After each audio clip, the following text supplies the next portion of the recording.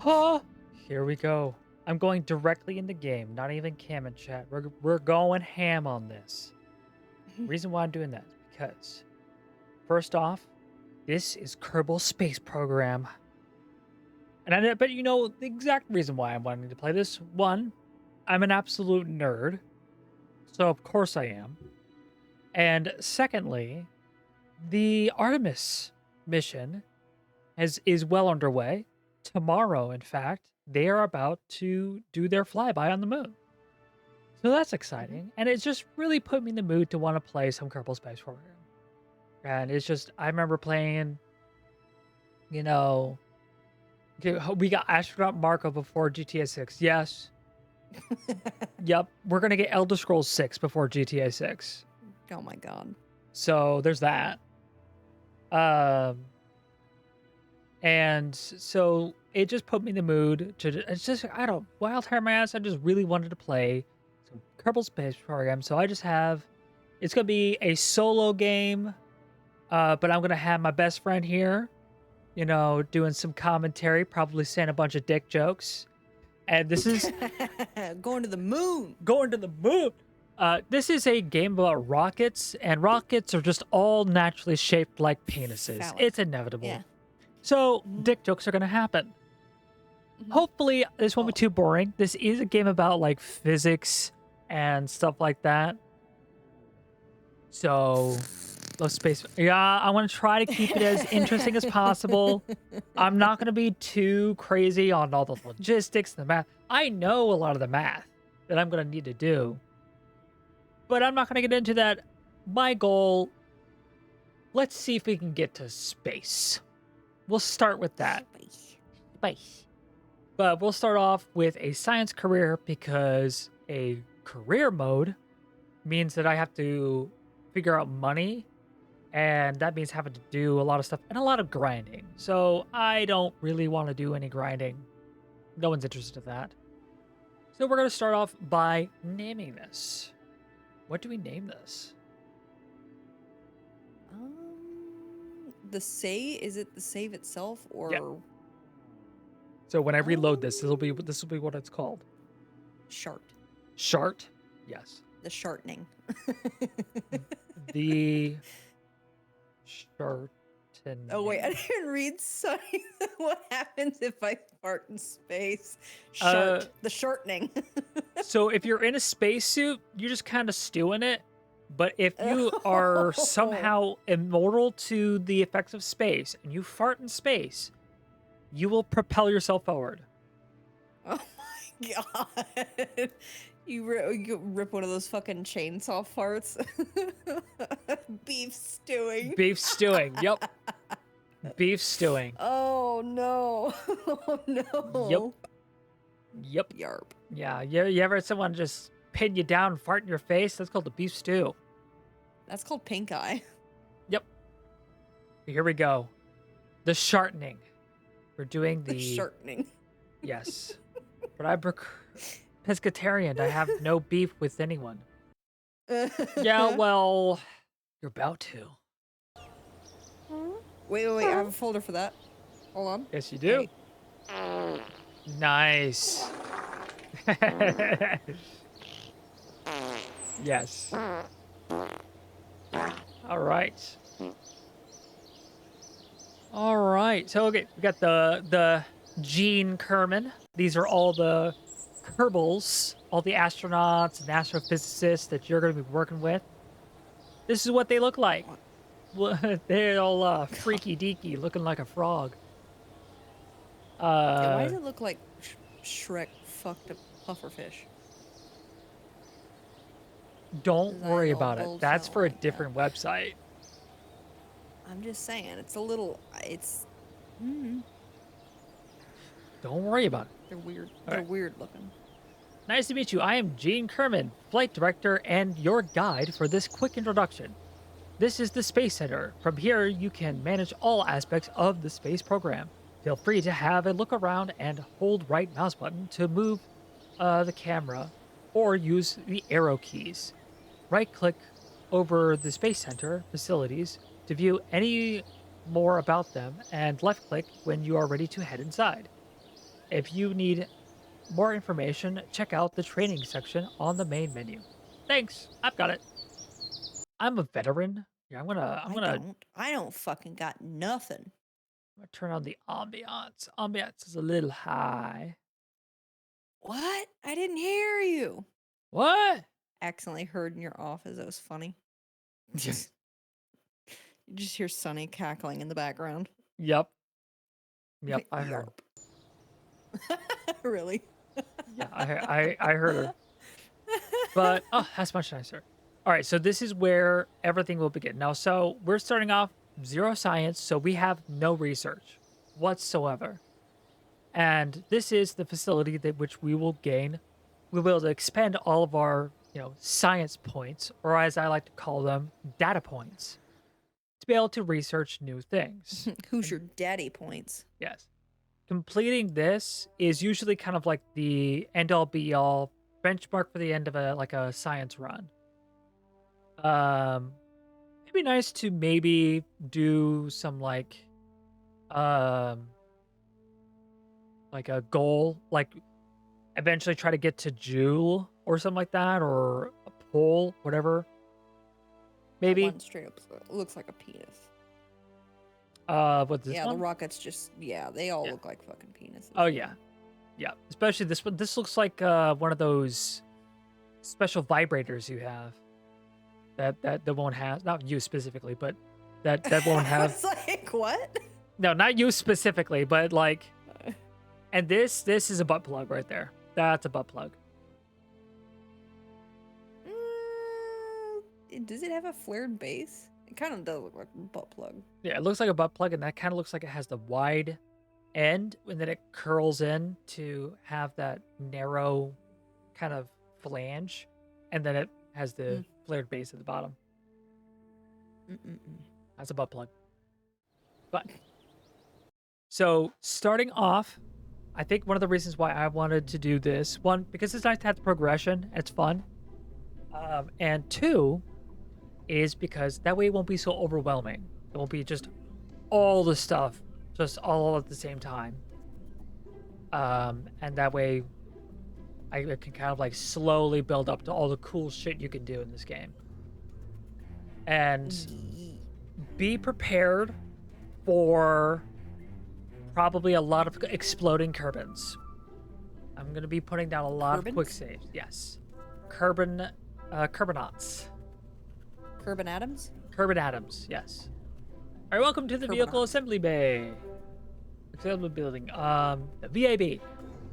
Welcome. I am Werner von Kerman. It's like, hello, I am Werner von Kerman, Chief Rocketry Engineer. This is the Vehicle Assembly Building, where we build spacecraft and later roll them out to the launch pad for flight. Pretty impressive, isn't it? On your left, you will find components to construct your own spacecraft. Select the starting part, then attach others to the building, to it to build a ship. You can then have a look around with the right mouse button or the arrow keys. That's it really. It's not as if we're a rocket science. Anyhow, if you need a more in-depth explanation on how to build, have a look at training section at the main menu. Got it. All right, so we're gonna start off. Break it down where, you explain rocket science to me like I'm a 5-year-old because, All right. I need it to be broken down. Just. Yeah. Wait, it's fine. We'll get to it. It's fine. All right. So this is the command module. This is where all of your crew is going to be. This is where they will exist and live in space. This is where they control the entirety of the rocket. This is where the controls are, including the SAS controls, also known as the anti-vomit controls. This allows it to use reaction wheels to control the pitch, yaw, and roll of the ship. Yeah. The yaw. Want to make sure? Rigid Chapman, yes.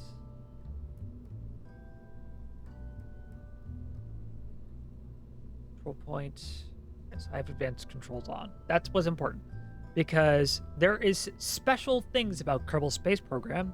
One of them that people have lovingly called the Kraken, which is the inevitability when it comes to games that have simulations, is that things can get a little fucky, and there are sometimes issues with collisions, and you can build ships that have so many nodes, and in reality these things would be welded together. There's no coming apart. In Kerbal Space Program, they're noodly, and they will collide with one another and tear themselves apart. So yeah, watch out for the Kraken. What? Yes, they will. The collision will cause them to, like, the hitboxes will hit together, and they'll try and push each other out. But the force of them doing so in a microgravity situation causes them to progressively and violently tear themselves apart as they are pushed out of the hitbox and back into the hitbox, and then it gets progressively worse. So there's a special thing you could do, which is called auto strutting, which will put in invisible struts to make it much more rigid, which helps prevent that. Now, starting off here at the VAB, we only have the 2 command modules. We have the standard American style, and then we have the style that you would have seen in Russia. So this is the... It's like a gumball dispenser. It does. But yeah, this one actually was used in Russia when they did their space program. What's interesting about this particular command module, it has no parachutes. Do you want to know what the cosmonauts did when they came in after re-entry? Die? They opened the door and just fucking jumped. What? Yep.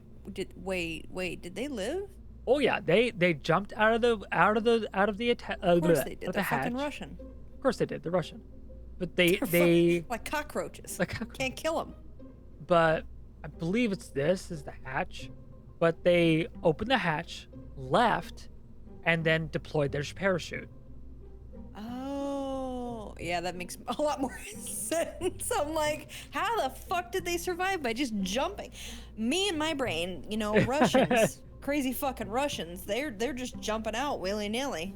Yes. I mean, hitting the water like concrete. My brain assumed a lot of things right there. I apologize. but what's funny is standard equipment on the Russian vessels is bear fighting equipment, because their launchings would occasionally make them land in forests where there are bears. So they had things like guns with standard Russian astronaut equipment. Were guns. Sounds more like American standards. Yeah, I know. Americans like your no Happy guns. Meal comes with a fully loaded Glock. Here you go. Well, that's specifically Texans. Oh, that's Yeah, Texas. yeah. I forgot. That's Texas. But Gotcha. yeah, but starting off, we don't have fuel tanks, so they're definitely starting off light, small increments. We're just getting the command module, and we're getting SRBs, or solid rocket boosters. This uses solid fuel. So if you've ever used one of those like rockets that you just kind of light a fuse and it goes up in there, and then it lights this packet. Yeah, lights these little packets that smell bad. And it's just like this like cylinder with a hole in the middle. It is the exact same stuff, just bigger in these things.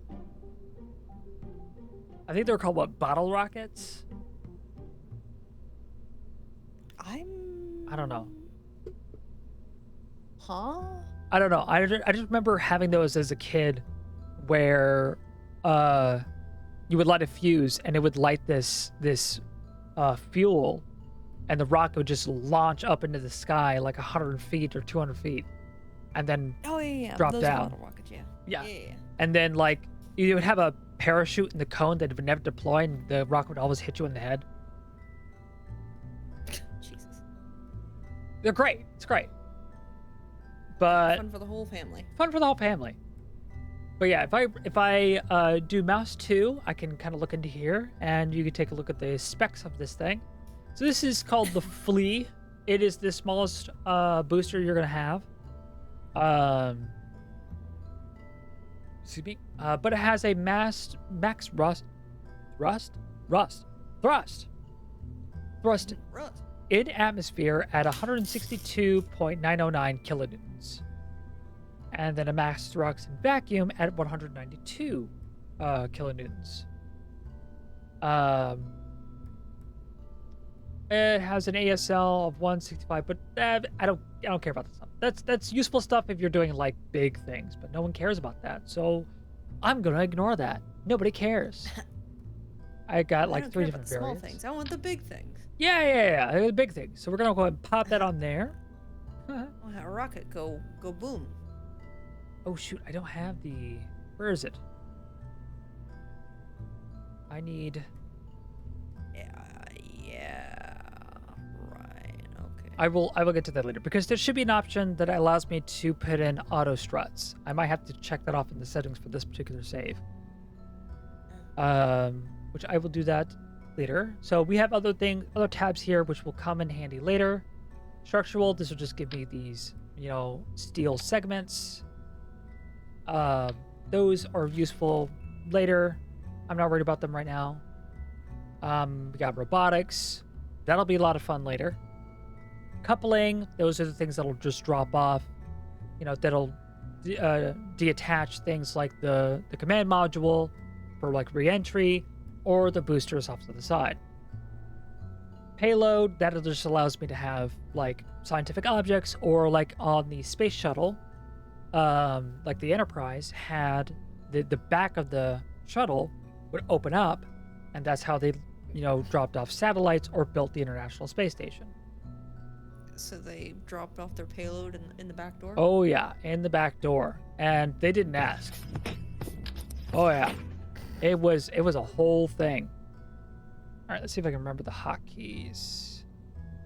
Oh Lord, I am gonna be accosted. Yes, it'll be accosted. All right. I'm gonna go ahead. We don't really need too many fins on this thing. 3 ought to do the trick. It doesn't cost us a penny to do this, so it'd be fine. And we got aerodynamics, which will give us the things like the fins. They'll give us things like pitch controls, like flaps and whatnot. Ground, they'll give us landing gear or like wheels. Thermal, that'll give us heat shields. Electricals, satellite, like solar panels or batteries. Communication is antennas. Science, this is the meat and potatoes of like this particular, the meat and potatoes of this type of playthrough. Now, science is how you're going to be able to afford much more advanced things, including more science. Yes? Why does that kind of look like a dude at a football game wearing one of those beer helmets? Yep. You expect to see like some straws coming out of here and into over here. Mm-hmm. Yep. It does. It is. Yeah, this is this is the sports dude. Sports dude. Yeah. Where he watches sport ball. But I'll get into that later. Sports. Talking about them sports. Now, this is general cargo or equipment. This will allow us to take things on board, like some of our ships that we can take to different places to do surface science and take surface samples. Advanced surface samples, like stuff like that. But the standard is the EVA pack and the parachute, which it already all command modules come preloaded with these. Well, all pilots do. This one has the one slot for anything else I want to bring, but I don't need to bring anything else. And utility, this is where you'll find things like your parachutes and other goodies that will come later. So, now this is pretty much it. This is going to be the bare bones first thing you ever make here in the Kerbal Space Program. Honestly, I probably don't even need 3 fins. I just like 3 fins. 3 fins? That's excessive. That's excessive. Yes. So, now this is also a lot of the fun comes in. Oh. What are we naming this? Oh. Is this the whole rocket? This is the whole rocket. The chode. The chode. Or the micropene. Oh, that's so good. I'll do the micropene. The micropene. All right. I'm gonna go and save this, and we're launching. Micropene. The micropene. The microwave. The microwave. All right. Yep. The fucking rinky-dinky peen on the launch pad. Oh my god. That's the launch pad? Yes, this is the launch pad. It has no launch tower because if it did, your builds would clip into it and get destroyed. So they chose not to have one. Right. But yeah, if you have a big enough thing, you will see all the smoke blow out the sides here. Blow it out your ass. That's kind of funny. But yeah. See if I can remember all my controls. Oh, Lord. Oh, Lord. Okay. Where are you trying to make it to? Right now, we are just blasting off. But first things first, science. Now, there are special things you can do. Is that I can go ahead and click into here. And what I can do is I can do a crew report. Crew report. The crew reported from the launch pad. You record the crew's assessment of the situation. And this will give me a total... Shit's fucked. Of 1.5 science. Not much. But it's like, it adds up. Doing the little, like, pennies, they add up to dollars. It will add up. And then I will go ahead and do one of these, which is called the mystery goo container. Don't ask me what the goo is. Don't ask me what the goo is. Well,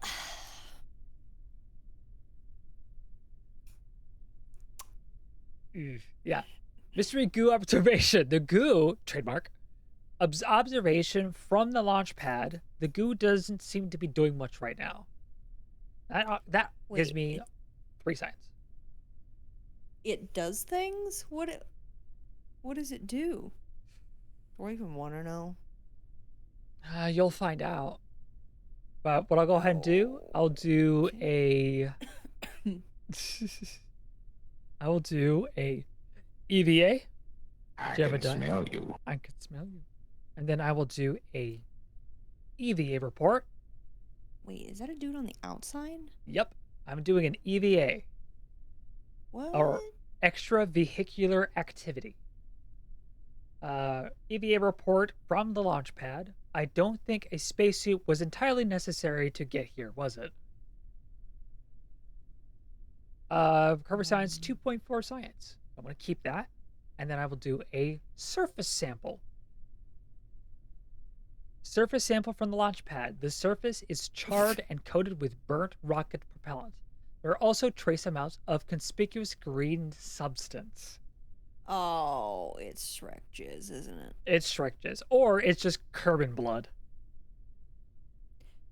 Recovery 9 science. I'm just gonna head back in there. And we're going to go ahead. Oh my god, his face is in the fucking corner. Yep, there he is. And they make all sorts of fun faces as they get launched. Yeah, when they're getting squeezed. Oh, yep. His eyes just pop out of his... Wait, do they really? Oh, no, they don't. I wish they did that, but no. They just kind of make funny, like, they look scared, excited, or they just kind of are just deadpanned. Mhm. But as you can see here on the left side, you have my thrust. On the right side, you have G-forces. Now I have G-forces turned off, but if you were to do something and the G-forces hit the red, your Kerbin will pass the fuck out. Wait, And what point do they pass out? once it hits red. So right now Okay, we're yeah, at, but how many G's is red? so we have 0, looks to be plus 15 Gs. Oh, okay. So it'd be 5, 10, 15. So around 9 to 10 Gs. Yeah, that's yeah, that makes sense. Yeah, they pass out. Though honestly, astronauts, they're trained to be able to take shit like 11, 12 Gs. Yeah, that's crazy. I mean, hell, 2 of the astronauts in the Artemis program are pilots. They're trained to Yeah. take 15 Gs.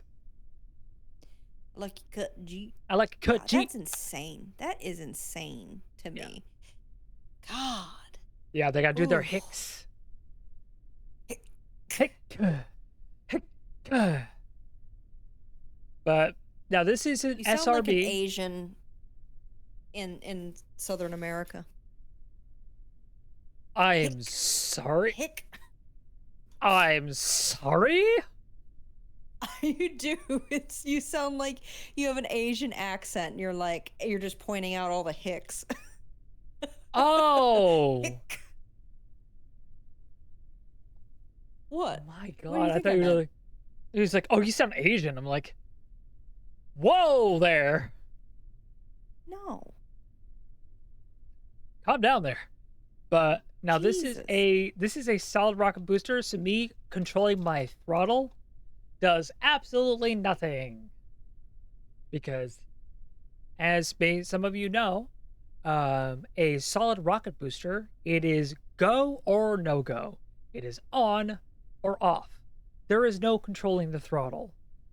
People have tried, successfully, mind you, but it is a very convoluted process. There's a reason why we use liquid fuel for our throttle, controlled rocketry. Solid rocket boosters are just there to get an initial punch of thrust. We need those kilonewtons in order to get up high enough to where the liquid fuel can then take over. The speed that they're going, the thrust to be good enough, because the amount of atmosphere they have to punch through is now so minuscule. The amount of thrust needed to get through it is, negligible. Speaking of atmosphere, this is our barometer. This will tell us how much atmosphere we have. Once it gets to like this level, we are now entering space. All right. I think right here would be the Kármán line. In this case, the Kerbin line. Ha! But it's about 70 kilometers. Or 70 kilometers, or 70,000 meters. Is space. At least here on Kerbin. So Kerbin's Kármán line is 70,000 meters. All right. 3. Is that the same for? Sorry, is that the same for Earth? No. The Kármán line is actually about 100,000 meters or 100 kilometers, and the International Space Station actually orbits just above that line. But the Kármán line is just kind of like the agreed upon point of where, like, space ends and atmosphere, or atmosphere ends and space begins. But it is a infinitely kind of gradient between atmosphere and space, like interplanetary space. And then there's an even further gradient between interstellar space. And then there's even further gradient between intergalactic space. Like, it is spectrum. There's no harsh line. But so the International Space Station orbits a little over 100,000 meters. Or no, 100,000 kilometers. This one I'm a little rusty on. I don't know the exact measurements, but I know it's 100 something. But I believe it's 100 kilometers or 100,000 meters, and they constantly have to do what's called a radial outburn, and what that does is push its orbit out, and that prevents it from sinking it. So they'll have to do some burns to give it a little bit more juice to go out. Not really radial out, because that just moves the orbit off to the one side, but it gives it a little bit more juice outwards to stay out in orbit, because it is, even though it's in space, like, you would suffocate and you would expand and turn into a marshmallow in a vacuum chamber. They're still colliding into atmospheric molecules constantly at stupendous speeds. And that slows it down constantly. But it's at that orbit because it's inexpensive, relatively inexpensive, big quotations, inexpensive to launch people into space at that low orbit. Because if it was any higher, where they didn't have to burn as much, then it'd be really, really expensive to try to get people up there, because they have to get more fuel. So that's why people are trying to look into possibly a tether, because that way it's less expensive. That way you can launch fuel, launch equipment, and then go to a much more stable, space station that doesn't cost a fortune to keep up there. But Good God. Are you ready? We're going up into space. Not really, though. Don't worry about it. 21, go! Immediately going past 200 meters per second. Oh my God. Is this a bad time to tell you I forgot to put on my seatbelt? You might want to hold on then. Yeah, we hit like a max velocity of like 530 meters per second. Nearly about a half kilometer per second. In less than a second. Oh my God. Look at that. Oh my God. Look at that. Oh my God. And anyone who saw the Artemis launch will also notice the fact that whilst it was a very slow ascent, which with larger rockets here, you will also see will be a much larger ascent, a longer ascent. We're also at altitude. Go ahead and observe this. Observe Mr. while flying at Kerbal. The goo jiggles and wobbles as the craft flies. Are we dropping? We are now dropping. That's fine. But it also got up to thousands of miles per hour within minutes. Those things are fast.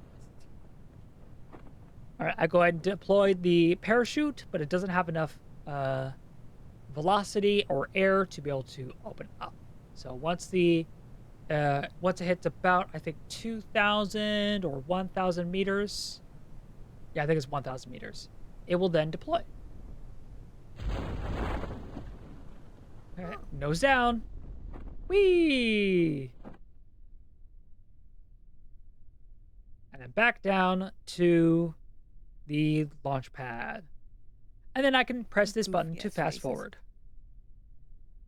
That way we don't have to sit through it for too long. And touchdown. And our Kerbal is back safe on Kerbal. Yay! But so I did a crew report. I did a EVA. It's just like standing still, and it just explodes. I was trying to find something for like yay, and I wanted to do corned beef, but I'm not allowed to do corned beef. No, don't do that. You need something like that. Oh yeah. Yeah. But so I did the crew report, I did the EVA report, I did a surface sample, I did mystery goo, and then I did a mystery goo. Like I did a surface mystery goo, and then I did a mystery goo in flight. And then that accrued an interesting, it's little tiny pieces of science. We'll go ahead and recover the vessel. And we'll see how much science I got from that one flight. Science. 27 science just from bare bones flight. So this game, it pays off to do just a little bits. Just do all that little bit of data. So, when your kid comes home, be like, "Oh, so what'd you learn in science today, Timmy?" 27. 27. I did I a learned whole 27 science. I learned a total 27 science. But right here we have the basic rocketry, so the tiny penis. This will give us the swivel liquid fuel engine, which gives us a what? I hurt myself. No, don't do that. But it gives us the swivel liquid fuel engine, which gives us 167.969 kilonewtons in atmosphere, but a whopping 215 kilonewtons in vacuum. And then we have some hammer solid rocket booster. It's basically just about twice the size of the previous one, but it only has about 50% more thrust. Because, you know, weight to thrust ratios. Gotta get that good thrust in there. Yeah, I gotta get that good thrust. But this fuel tank, this is the smallest one. Fuel tank. So we're going to research this. And this one will give us the decouplers. This will give us the thermometer. And a couple of antennas. Now one will be a direct thermometer. I'm going with this one because getting the thermometer gives us more ways to get science. More science means more things. So prioritize science as much as you can. So this one I will also get because this gives us the barometer. Even though we already have a barometer. Or not a barometer, it is a barometer because it detects atmospheric pressure. I was about to say altimeter, but that's down the bottom. Or technically the top is the altimeter. So this one gives us some heat shielding. So this one will go under the command module. This is the radiator panels, which will help radiate all that heat from anything that's creating heat, such as like mining equipment or nuclear fusion or fission reactors. Landing struts, more parachutes, and the service bay. This allowed me to put sciencey stuff in there. Science. We're going to research that. And we only have 2.9, but we got 3 things. 1 launch, 3 things. Now, real quick, I'm going to go ahead and go into my settings real quick. Then I'm going to see if I can find a thing. Because I want temperature thermal, ghost navigation markers. Oh, advanced tweakables. Oh, okay. I have advanced tweakables on. Good. Apply. Accept. So, then resume. I don't know why it wasn't showing up for the advanced tweakables for me to adjust the auto strut. Oh, probably because I need to unlock the strut. So, brain fart. So I don't have auto struts because I don't have struts in the first place, which is fine. Which means I also get to show you what happens when you create a very noodly ship. So we're gonna have fun with that. Boy. Oh boy. But I'm gonna go ahead. Long boy. I'm gonna pop this off. And I'm going to pop off a piece of my ship. Birds.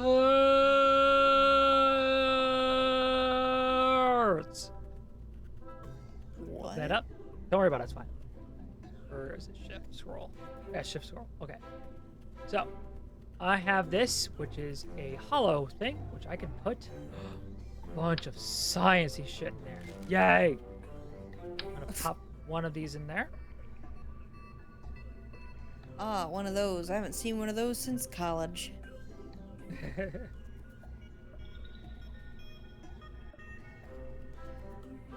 One there. And then I'm going to You're create... all right, boy. You're right, boy. You're all boy, right? You're all boy, right? Right? Right. And then I'm going to put barometers, and then I'll do some thermometers. Thermometer. Close that. Zoom out. The music. Oh my god. Dum dum dum dum. Yes. If you've ever heard this in another video, this is where they got it from. Wait, this is the original? As far as I know. I'm gonna have to Yeah. Definitely look. investigate that. Yeah. Definitely look at. Go ahead and look at it for me if you want. If you want to. But so I'm gonna go ahead and actually pop on a thermal shield. So that way, once this re-enters, which this parachute should do just fine. For that, maybe. Let's find out. And have a decoupler. That way, once I decouple that, all of this will fall off. Yay! But we're gonna play a fun game called the spaghetti.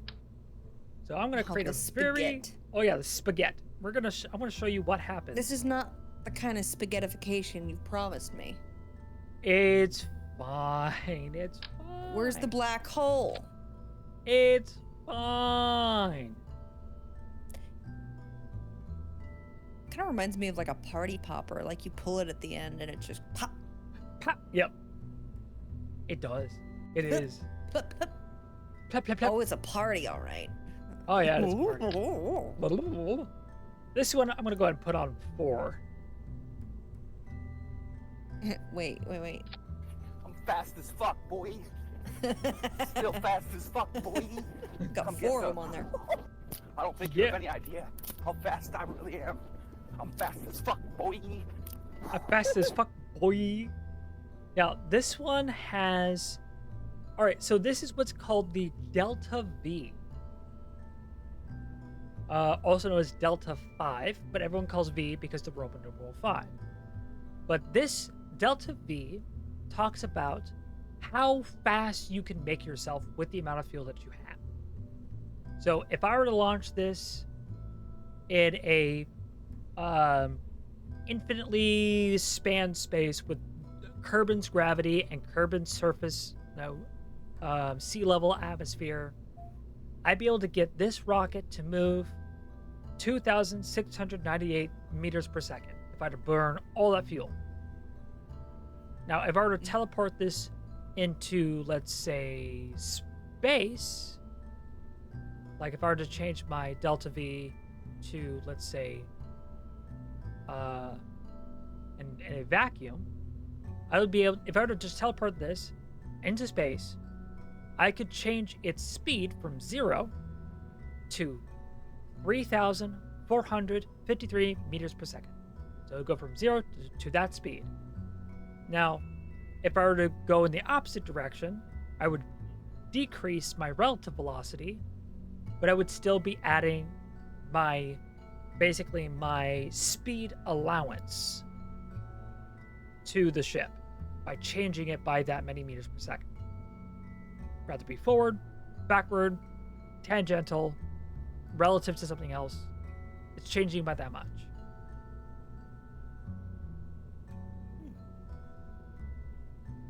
So, keep that at sea level, because that's all really matters right now. The idea is, like with Kerbin, with Earth, it's a much different ratio, and there's a lot more science to it, but I just know Kerbin, you want about 3,500 meters per second Delta V in order to get to orbit. If you're good at flying, you can kind of like trim that down to about 3,000, maybe 2,900. But you have to fly it perfectly. But 3,500, 32, that'll get you to space. But this should be quite noodly. So we're gonna find out. What do you want to call this one? Spaghetti. Spaghetti. The spaghetti. Spaghetti or the spaghetti? I just spaghetti. Spaghetti. Right, save. And we'll launch. Save. Oh, God.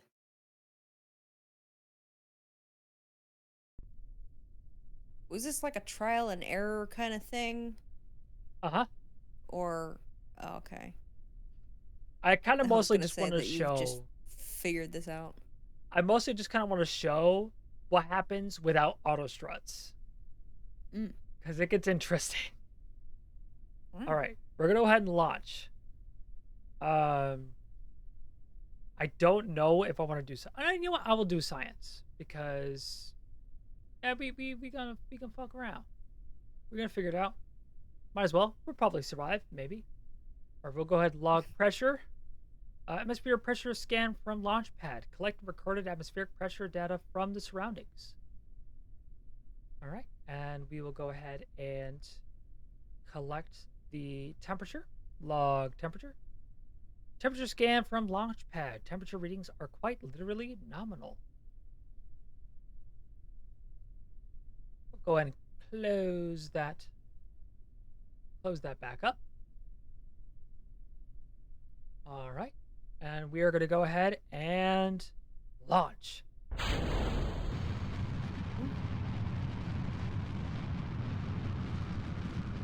Now, this one's much slower because I don't have any boosters. Now, normally boosters will kind of give you that extra oomph you need to get going, kind of get started. But I'm going to go ahead and I'm just going to keep this straight for now. So you're not really going to see much of a change, not until I start moving, and you'll see it start to wobble. About 100 meters per second, I'm going to start doing my gravity turn. Oh, yeah, look at that wobble. Oh, no. But as you can see, it's the swivel. I have full gimbal. Oh, that's rubbery. Oh, yeah. And this is tame. This is honestly very, very tame.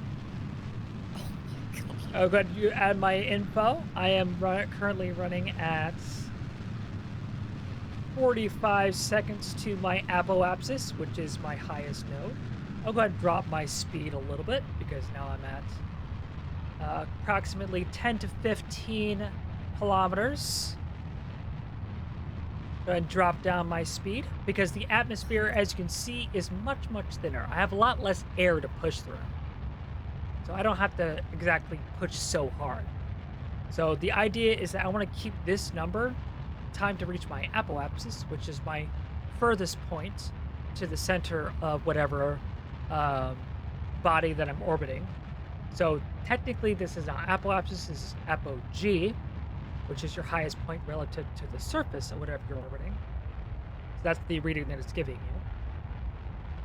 But I want to make sure this number is going up, because if this number is going down, that means I am no longer adding too much speed.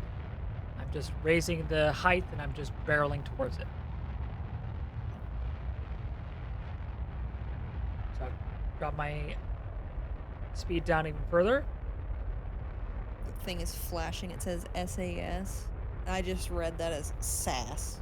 Oh, it's you got sassy. too much sass on it. Got too much sass. Got too much sass. Now, I can't see what my altitude is on my apoapsis, so I'm going to do this by feel. Oh, Lord. Oh, are you out of fuel? Nope, I am throttling down. So this is my fuel right here. So once that goes down to 0, I am then out of fuel. You look... I mean, you should probably stop at a gas station or something. It looks a bit low. I still got to make one. But as you can see, there's the Space Center, and I am doing my full now sideways motion, adding all of my speed into primarily lateral movement because orbiting is all about falling. Uh-huh. I don't know what my altitude is. Looks like to be about 122 and rising kilometers above Kerbin's surface. And that is sea level. So I'm continuously adding it. There we go. So, all right. So if I pull up my map view, I will look at my orbit. So if I want to circularize this, this is actually a very, very good orbit. It means I have to add very little energy right here. So I would burn at my apoapsis to do a burn, which will bring up my periapsis, or the smallest distance, up higher to do a circularized orbit.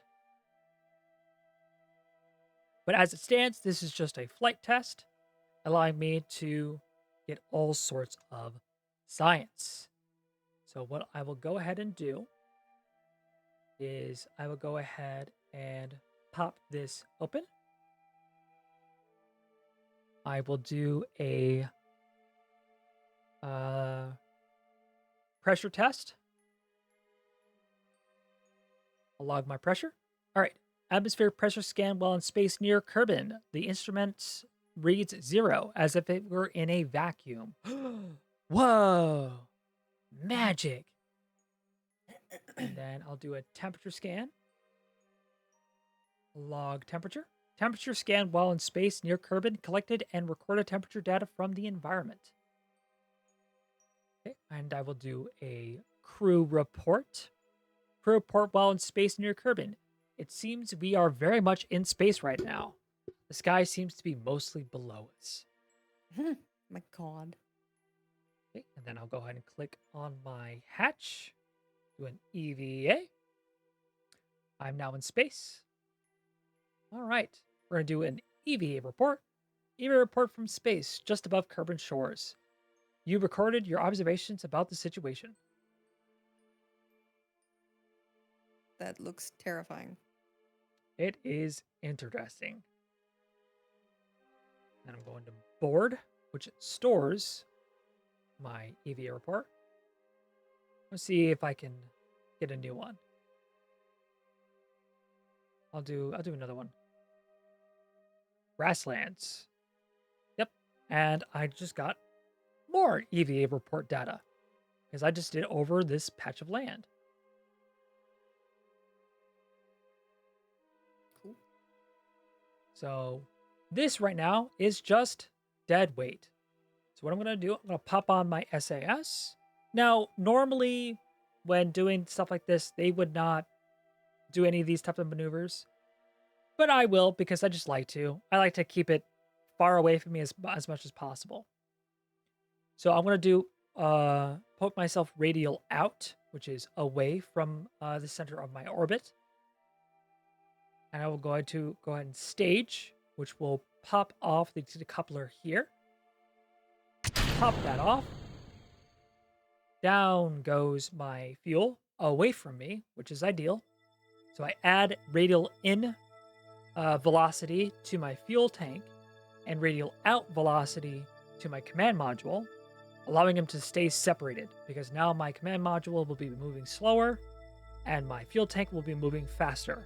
It means that will go away from me.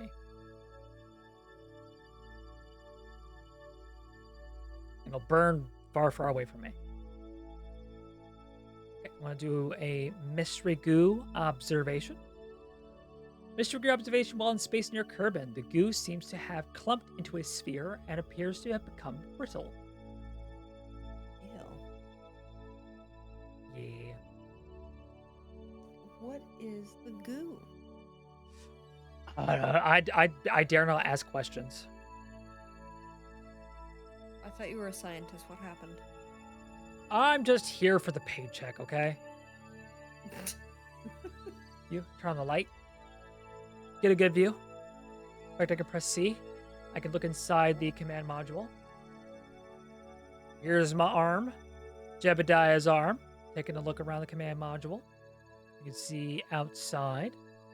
Beautiful stars. See our altimeter showing our general altitude or radar allowance. I don't know what that is. Yeah, but these are actual readings.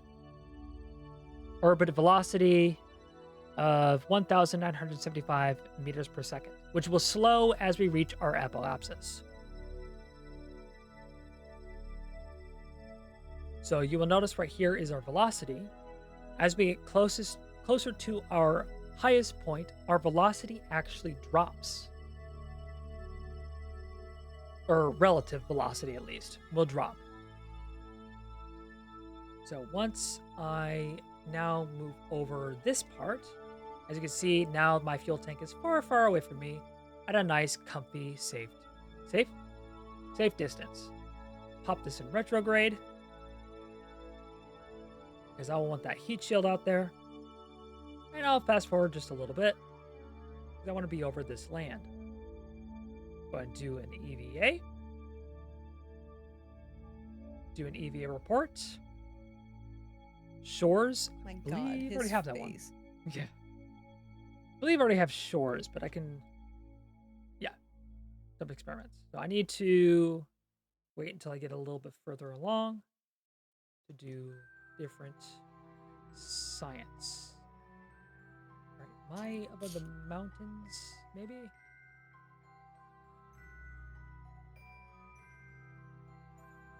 Grasslands. No, I already have that one.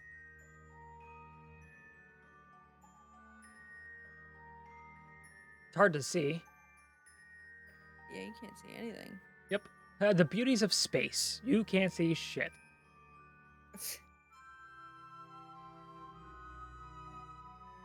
I take a nice look-see. Yeah, if you guys can't see anything, it's worse for me. I can't see anything either.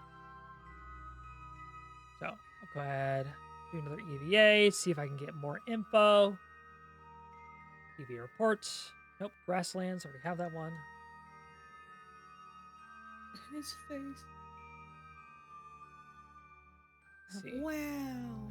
I see Wow. nothing. Wow. I see nothing. There's nothing out here. Wow. All right, anything. Highlands. Yes. All right, more science. Go ahead. Head out. All right. Now the music has stopped. That is because I'm now below 70,000 meters. So I'm going to turn my SAS back on, put myself in retrograde. So I'm going to see if I can do an EVA report before I hit too thick of an atmosphere. EVA report. She could really get back in the ship. Yes, because I'm now hitting the atmosphere. And it's starting to warm up my heat shield. Oh boy. Put on SAS. Keep myself on retrograde. His fucking face, man. Yes. I have to keep myself on retrograde. Because otherwise it will spin out of control. Now, something that you can do intentionally, which is skip off of the atmosphere, and that will allow you to just skim across the atmosphere to just kind of slow down. It kind of looks like I don't have a shield, but it's still registering right here, so I still have one. So, my current speed is 2,300 meters per second, or about 2.5 kilometers per second. Don't worry, that's just the fuel tank. It's just the fuel tank. It's fine. It's fine. It's just a fuel tank. Are you sure? You It's keep saying fine. that, but It's fine. It's far away from us. It's fine. If things might get a Is little it? bumpy, it's fine. Why can I hear it? It's Kerbal Space Data Game Logic. It's fine. Here. If it makes me, I'll put on the brakes. There we go. Now the brakes on. There we go.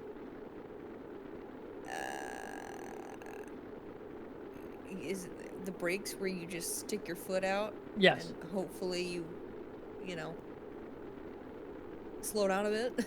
Jar of rebar. Hello. How we doing? First time chatter, welcome to Kerbal Space Program. I'm gonna go ahead and deploy I'm gonna activate my parachute, which will not deploy until it's safe. Because I can see it is red, which means I am moving way too fast for this thing to deploy. Okay, now it's deployed.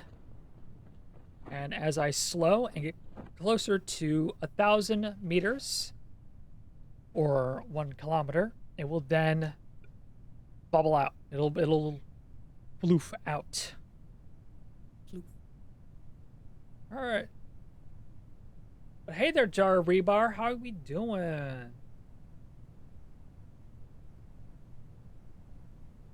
Don't know if you're still here. Yes, Kerbal executing program. Yes. Don't ask questions. They were on death row anyway. It's meant to happen. Don't ask This isn't questions. Iron Lung. Don't ask questions. Don't start, not won't be none. Me sending an entire station to Kerbal? Yes. Don't worry. Yes, Kerbal's the star in the game. I myself have played quite a bit of Kerbal Space Program. I just kind of wanted to play it to celebrate the Artemis program, which will be doing its flyby on the moon tomorrow, which will be exciting. The furthest any human has ever been. This is super exciting. So we'll have Commander Reed Wilson, pilot Victor Glover, and mission specialists Christina Cook and Jeremy Hansen. It's fine. It's fine. That's meant to happen. Right. Yeah. Oh, yeah, they're testing. I was wondering what they were doing. They were testing the orange suits, but, oh, it's so cool. And it's so roomy. Oh, 60% larger. It's so roomy. The fucking Ferrari of command modules. But, oh, it's just so cool. So I'm kind of doing this to celebrate, and it just kind of got me in the mood. I just want to do some, like, Kerbal Space Program, man. It's still cool. Okay, I want to do an EVA report. All right, you reported Kerbal's grasslands. I don't think the spacesuit was entirely necessary to get here, was it? Yes, it was. Yes, it was. All right, I'm going to do a surface sample. Surface sample from Kerbin's grassland. Yep, looks like dirt. Basically, they're checking if the suits can actually contain the pressure. Like if the seals fail on the capsule, the suit should keep in the pressure. I don't know if they're going to be doing a bunch of those. I guess maybe they have to do like a halfway through check that, because they did it before they launched. So it's probably a secondary checkup, which makes sense. This is space. You don't fuck around when it comes to space. But all right, so this is our second flight.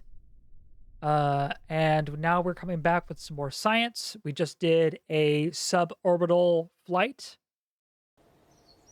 Nice, which just Timmy. went halfway. How much science did you learn today? we learned a whole 84 science. Wow. 84 science, and we just started. I love it. All right, with 84 science. All right, let's work on with our allowance. What do we got?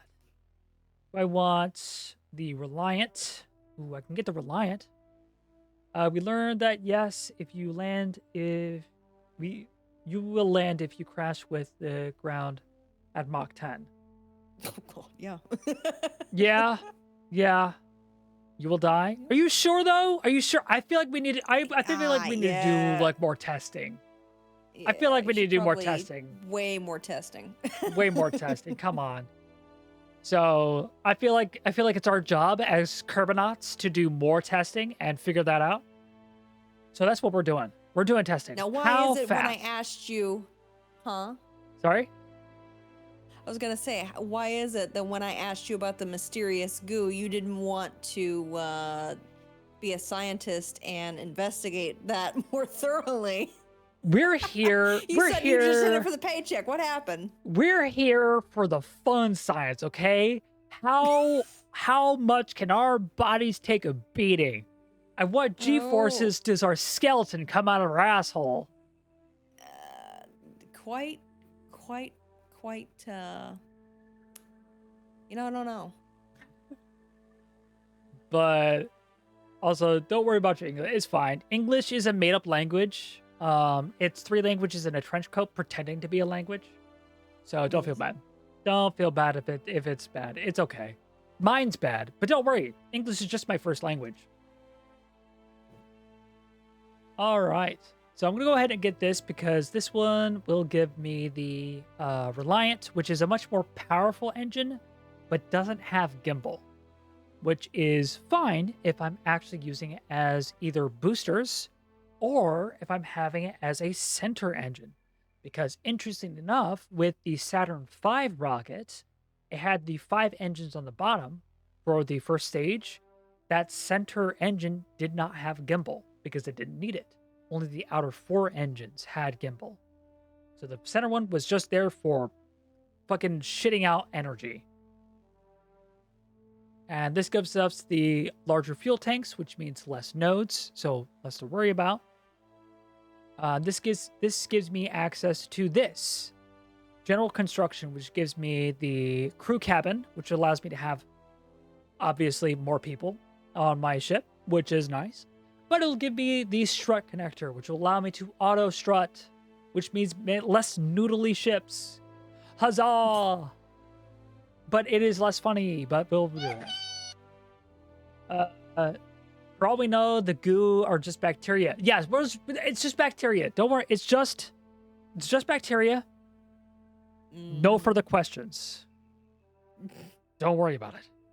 But this also gives me the launch stability enhancer, which effectively replaces the launch tower.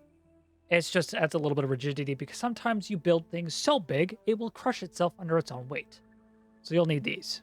So if I were to build, let's say, a Saturn V, it might crush itself. If I were to do a SLS, it might crush itself. But for this one, I'm going to want to get this, which will give me the aerodynamic nose cone and the winglet and the radial decoupler. That will be quite useful. So I'll go ahead and I'll pop that one. And I have enough. I'll go ahead and grab this one. That one gives me the struts. So I can strut my stuff. Next one, I will probably go after this one. The goo totally aren't Kerbal's crushed by an industrial press. Shit. No. We don't reveal that information. No. You didn't see anything. No, it's not. Soylent Green is not people. Soylent Green is not people. Shush. No.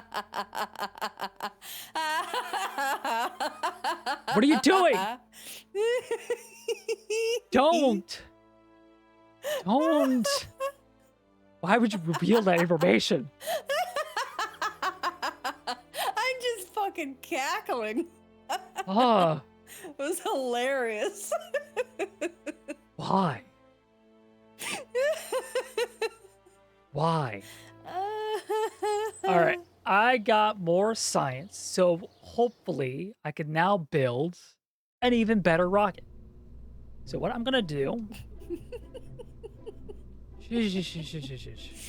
Wait, no. They said it isn't Kerbal's. So, I mean, it has to be something else, right? Yeah, it's just bacteria. It's just bacteria. It's fine. It's just bacteria. It's fine. I'm gonna make this. No, I'll make it the gray and orange. All right, so I'm going ahead and I'm gonna pop this here. Actually, I'm gonna turn on auto strut. So, auto strut is amazing because this will prevent it from tearing itself apart.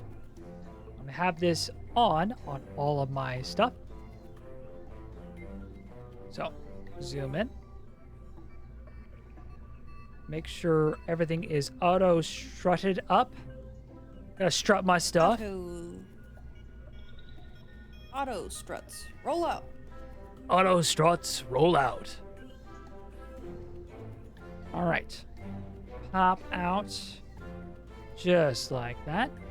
And then I'm going to do a thing. Now, this is not typical. You normally wouldn't do stuff like this. I would have a much lighter engine, but I don't have that lighter engine. But I will do this, and that way when I pop in another decoupler, that is too big. So it's just fine. It's shush. It's fine. Go ahead and pop in that decoupler. Actually, I'll go ahead and make this. Pop it in reverse. Pop it in reverse, Put it in Terry. reverse. Put it in reverse, Terry. All right.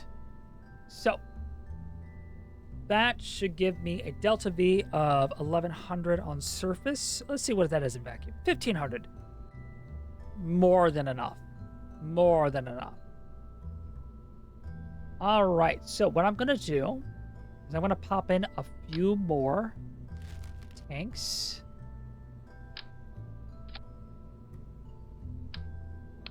Oh, and then I'm going to get that much. We'll start with this, see what that gives us. Long man. Long. 1100. Orbital mechanics are simple. Faster is I'm going around the planet constantly. Slower is why is the planet getting bigger? I was wondering why it got bigger. Getting bigger. I was wondering why it was getting bigger, and then it hit me. I bet it did. All right, I'm going to give myself a little bit more fuel to hopefully give myself a little bit more delta V. I want to try and get myself up and Adam. All right, so I'm going to do... Who's Adam? Don't ask. Oh, okay. I'm going to do a little bit of dick fuckery. Don't mind me. Don't mind me. Don't pay attention to the man behind the curtain. What? What? Wait. Don't pay attention to the man behind the curtain. Hold on. It's looking very phallic, you know? Don't worry about it. Mhm. It's fine. You know, I don't know much about this, but I don't know. Okay, I don't so know about this, Chief. engines, I'm going to pop in a couple of swivels. 2,000. All right. I want to pop in aerodynamics. Give myself some nose cones. Make that look nice and pretty. And I'm gonna do a little fucky. Well, actually, first I need to auto strut these. I forgot to auto strut these. So I am a silly Billy. Auto strut everything. Oh, good lord. Yes. But I'm going to grab this and I will translate this inward. Make sure they're not moving too much. But that gives me a nice tight rocket.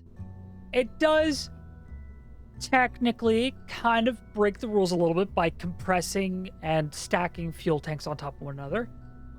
But shut up.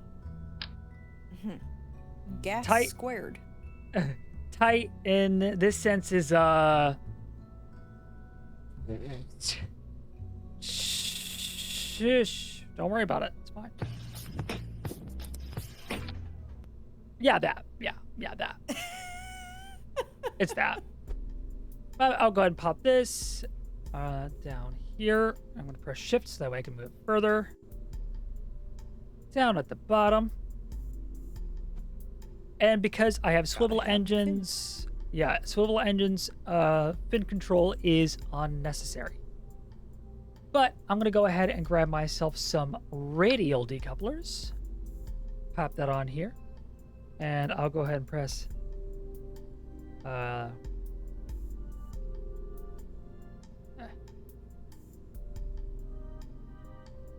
actually, I'll go ahead and I'll do this. And then I will remove from symmetry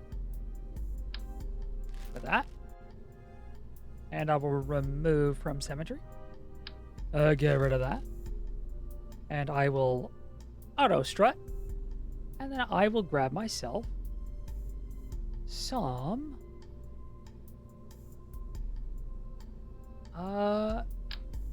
bumper.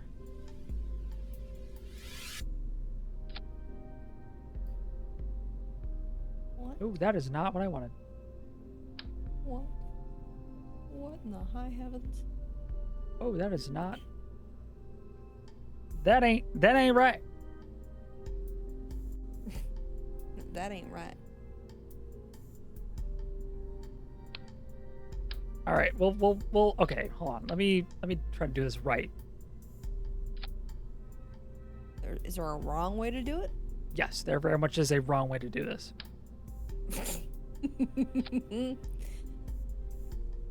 All right. Oh shit. I forgot to. Hold on. Let me auto strut. All right. Remove from symmetry. All right. Remove from symmetry. Then I will add the cones on top.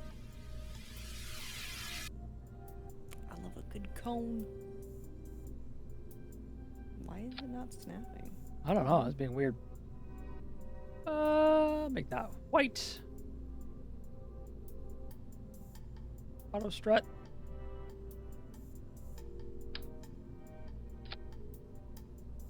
All right. This should give me. Oh, because it's like stacked on one another. Oh. Oh, it's fucking weird. Oh. There we go. That was weird.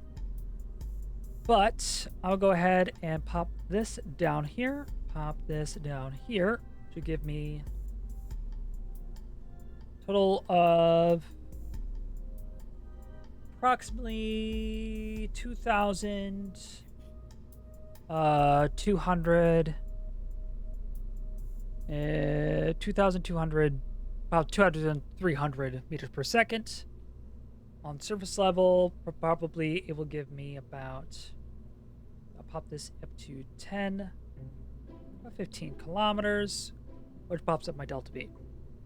So this should, if I fly it correctly, should get me to orbit. Maybe. Possibly. Maybe. Maybe. So I'm going to drop this down just a wee bit. I'll also mess with my staging a little bit.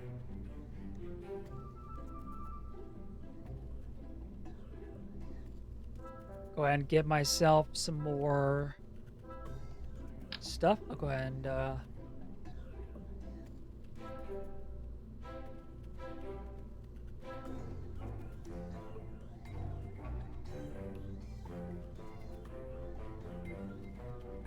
have one here. And then I will copy this. Copy. And I'll pop one. Roger. Pop another one here.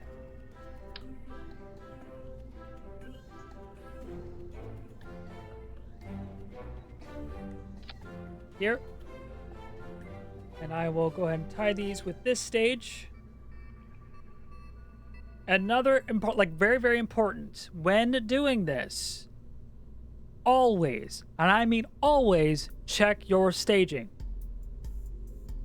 Or make sure you have saves on, because it will bite you. So, I have the idea, the fact that I will go ahead and ignite my main liquid fuel engines. And then my boosters will then ignite and decouple from the launch tower. And once those are empty, I will go ahead and decouple those. Actually, what I can do, because I do not have Separatrons, I could do a little bit of a trick. What I can do is I do the rotate tool, pop this. In fact, do not recreate the shuttle. It sucks to fly both IRL and KSP. Yeah, you have to, there's like a you have to add a counterweight to the front, like the nose of the ship. So you have to add like extra fuel, or what some people do, they'll put ore in a tank in the nose of the ship, and that makes it more nose heavy, allowing it to fly a little bit nicer. So you cannot recreate the actual space shuttle one-to-one. It is unflyable with the actual physics in this game. But Jar Rebar, if you want to play KSP and you want to have a cheap way to separate your boosters from your rocket without the Separatrons, you can take one of the basic fins, pop it on the side of your rocket, and it'll be symmetry. Go ahead and grab your rotate tool, click that, pop it off to the side away from your ship. Just one notch ought to do the trick. Grab the translate tool, click on that, and pull that in 2 times, just so a tiny bit is showing. Now this won't affect your drag on ascension, but once you decouple these, this will have just enough aerodynamics to peel it away from your ship, making sure it doesn't hit you. This one is super duper helpful if you have your rockets really low or in line with the bottoms of your SRBs, but it is still nice. And it is a very attractive way to just kind of separate your stuff. All right. What do we call this vessel?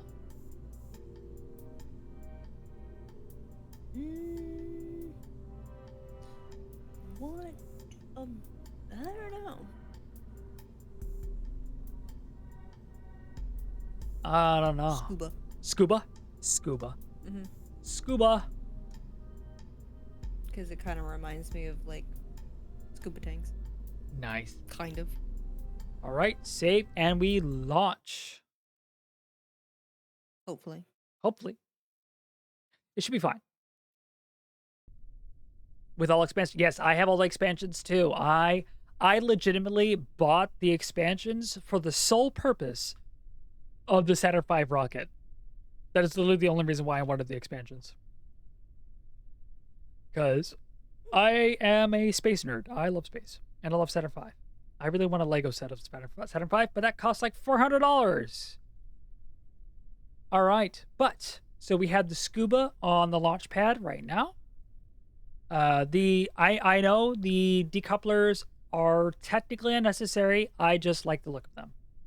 So, we're going to go ahead and with full thrust, I'm going to go ahead and pop out this. This helps me figure out what my altitude is, or altitude. I saw an SLS model by Lego. It cost €60, as much as a AAA game. I saw an SLS model by Lego that cost $300 because it was like, I can't put it in screen. It is massive, huge. That's the one I want. If I had like €60 one, I'd buy it. Fucking, I'd buy it. Dude, I would have bought that already if it cost €60. Hell, you'd probably see the SLS behind me if it only cost €60. Oh, Lord. What's up?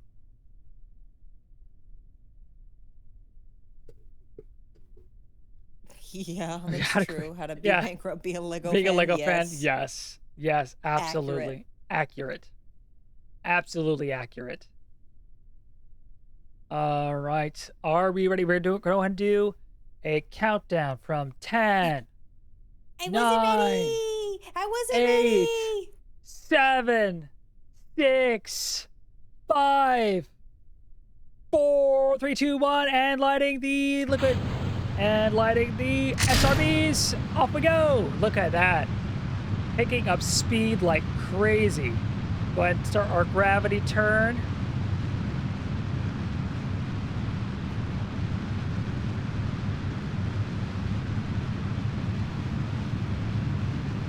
Oh, we are rotating. Rotation. Rotation.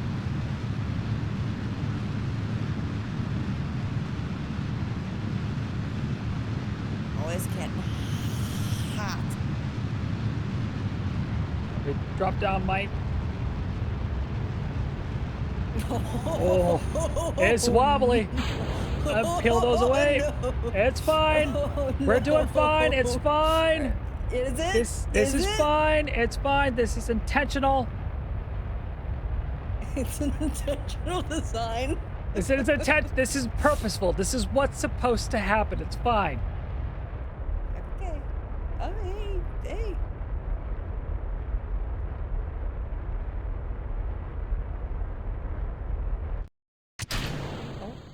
It's fine. Don't worry. It's fine. I Oh hopefully. God! It all broke apart. Oh God. It's, See, it's everywhere. it's fine. Rockets do also wobble a bit. RL. It's fine. It's normal. It's supposed to happen. It's expected. It's just a wee bit of turbulence. It's okay. This is, however, a really, really, really bad arc. Oh, that's not supposed to be like that. That's not normal. That's not normal. We'll add a maneuver. Oh, yep. Oh, yep. Oh, God. Oh, no. Oh, no.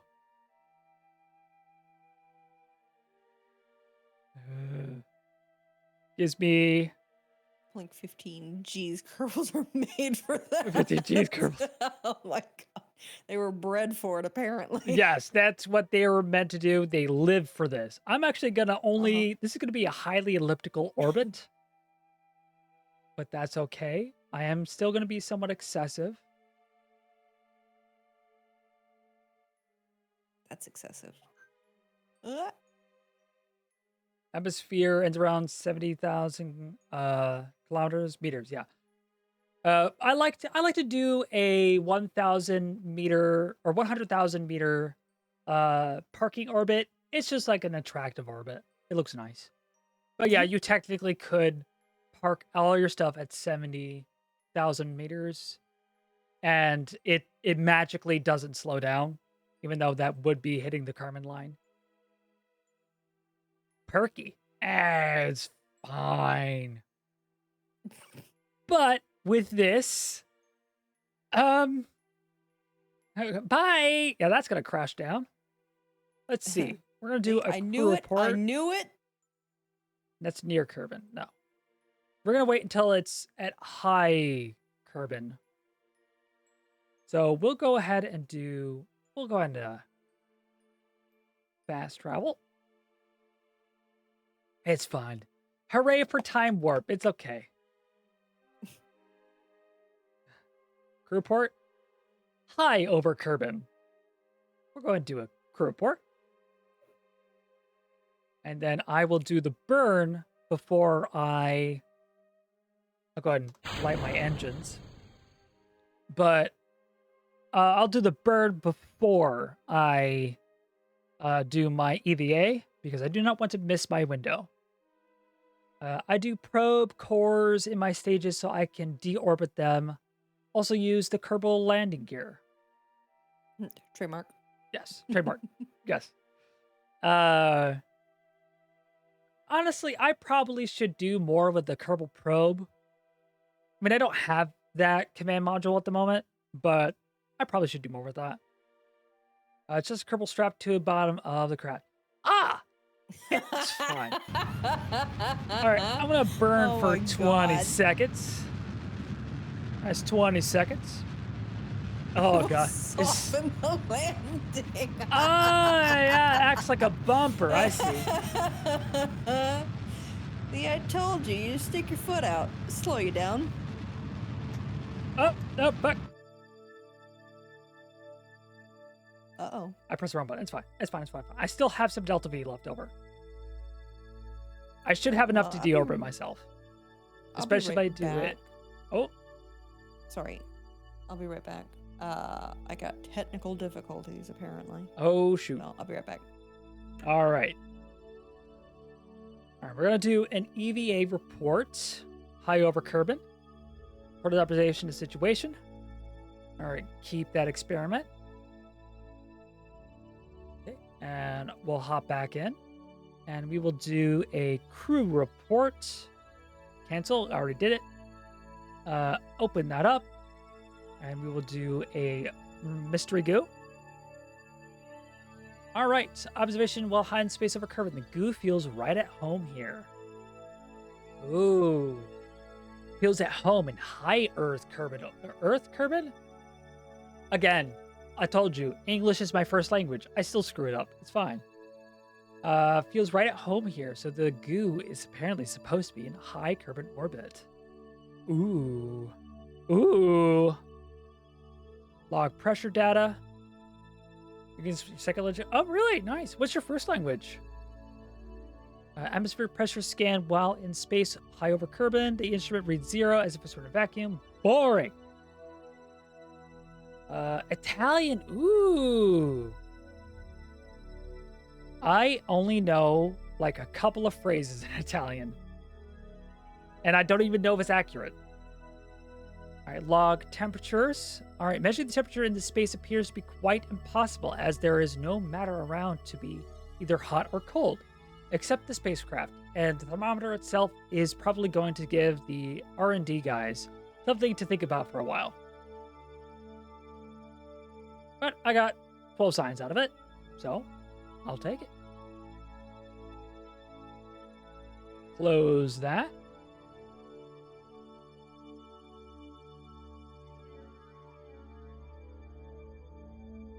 All right.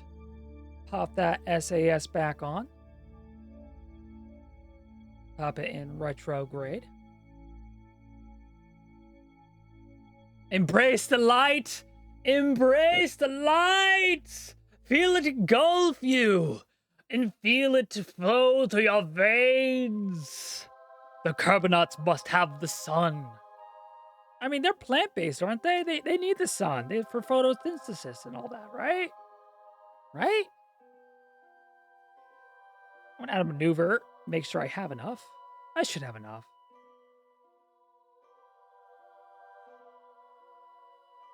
Deorbit.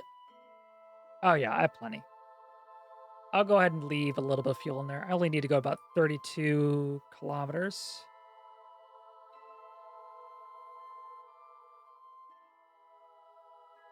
Okay, and then I'll go ahead and fast travel to my burn.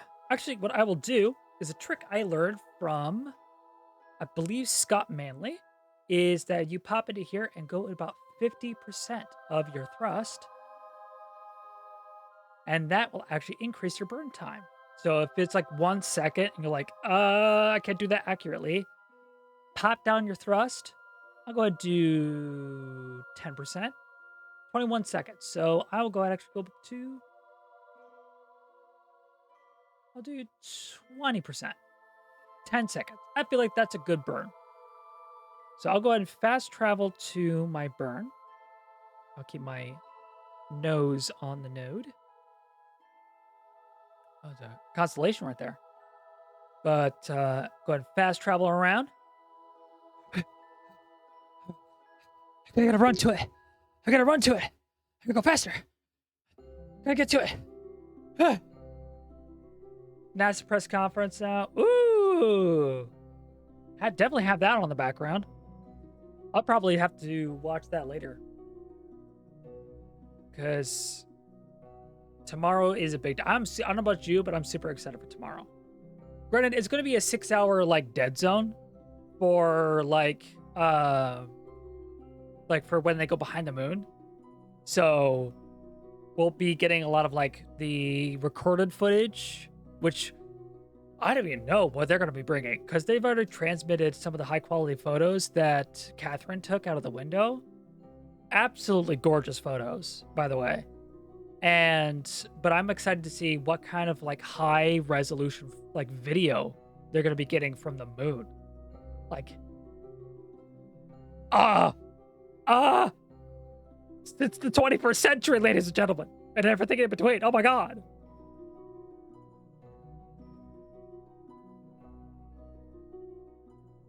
All right.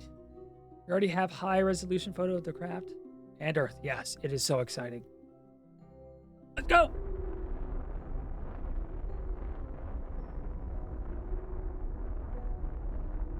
But like to get some of these close-up shots, it's crazy. Keep on pressing the wrong button, but okay, that's okay. Hey, I'm back. You're back. Hi. We're just talking about how we're excited about the moon and doing stuff like that. The All right. moon. The moon. We steal the moon. All right. I went Why you need to ahead. be close to the sun. Embrace the light. Yes. Embrace it. Embrace the light. Oh, that is really steep.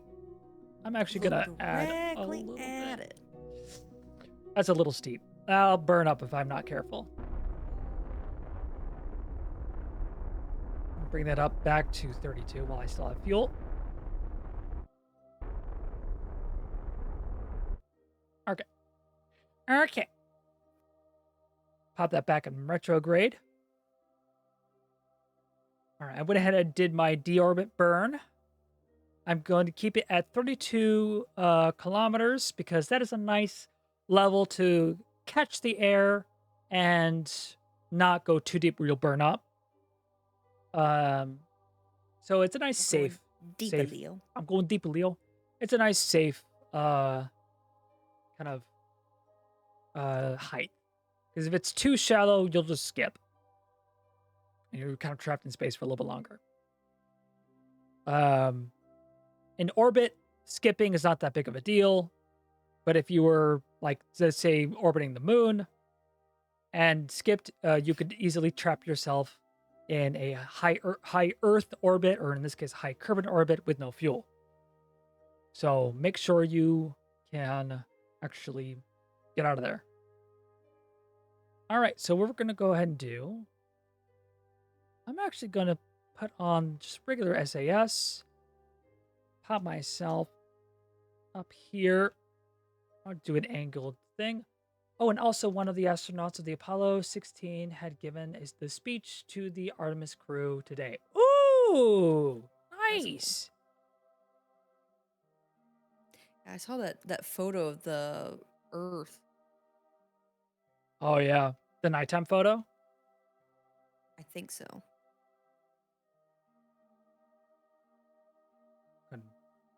Pop that That's off. pretty cool. That's pretty dope. Pretty dope. Been what, 50 years? Yeah, just over Since 50 I- years since we've been to the moon.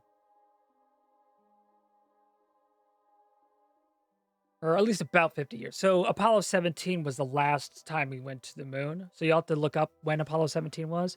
I cannot remember off the top of my head when Apollo 17 was, but that was the last time we went to the moon. So since then is when we last went to the moon. So it's been about 50 years. I was thinking back in like 69. That was Apollo 11. Ah. So Apollo 11 landed 1972. So yeah, about 50, a little over 50 years. I think, wait. So yeah, if it was actually like 1972, then yeah, it's been over 50 years since we've been to the moon. So this is a big event, which is why I'm really excited, because next year our Artemis 3 will have people landing on the moon, which is exciting. Yeah, Apollo 17, 1972. Yep. Yep. So 1972. So it's been pretty much like exactly 54 years since we've been to the moon. Yeah. Because I think first time we went to the moon was 69. That's, yes, I'm also immensely excited. Me too. First time we actually went to the moon, which is actually Apollo 8, because that was when we did the first flyby of the moon. Well, I'm thinking when we first landed on the moon, July 1969, yeah. Yes. I believe it was July 27th. Or was it 23rd? I don't know. Like it's 20 something. I'm gonna 16 go to 24th. 24th. Space flight. I'm reading. I'm reading. You're reading.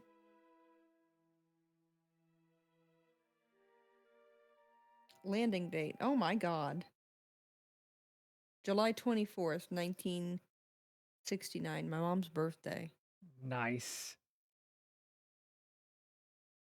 Nice one, Ron. Nice one, Ron. Your mother was 10 years old. I think.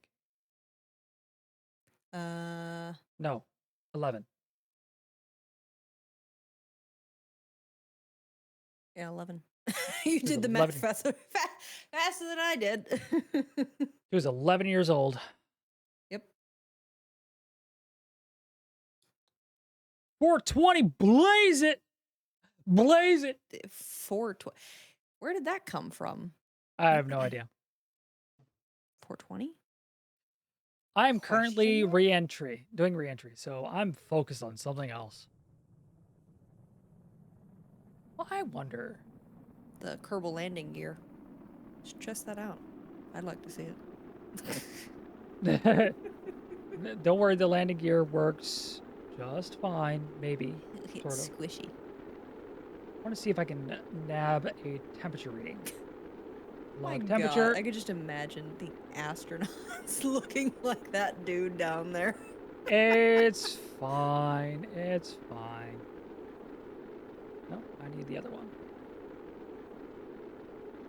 Log pressure data. There we go. Log it. Press C. Press C. All right. Oh. Yeah. This is what he's seeing right now. You see space. Ah, space. I had no idea we were in space. Really?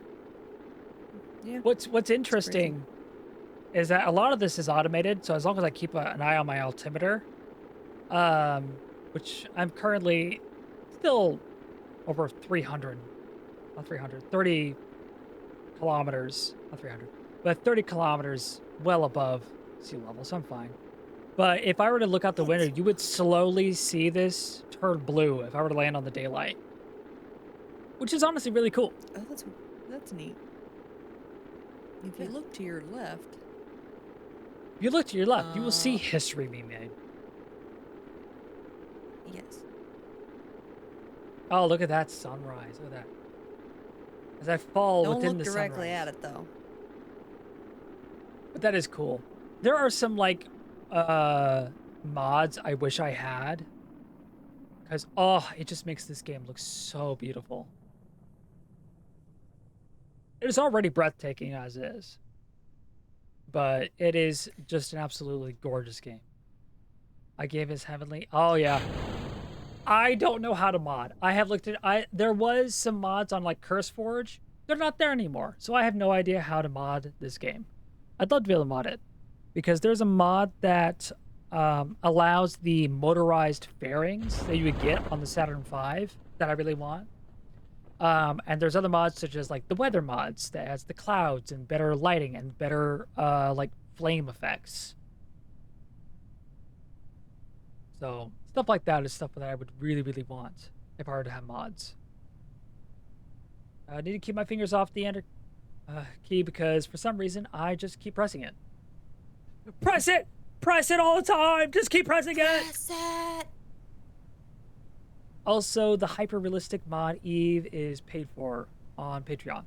Yeah. But I think I've seen it and it looks so good. The clouds are just... they're unreal. Because it's like, with normal Kerbal Space Program, it just kind of... the air gets murkier.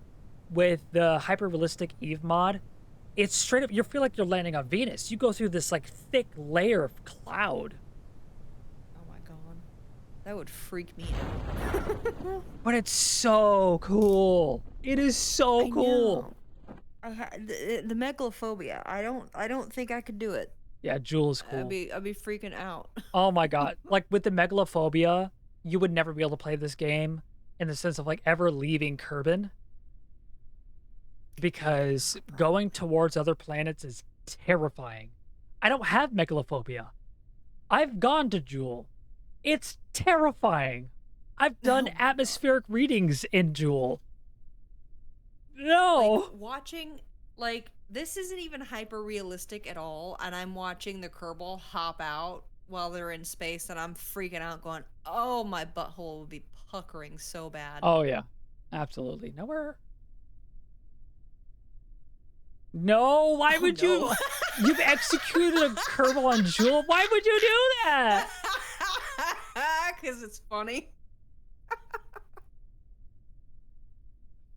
No. Yes, it's funny, but no. All right, I'm gonna recover the vessel.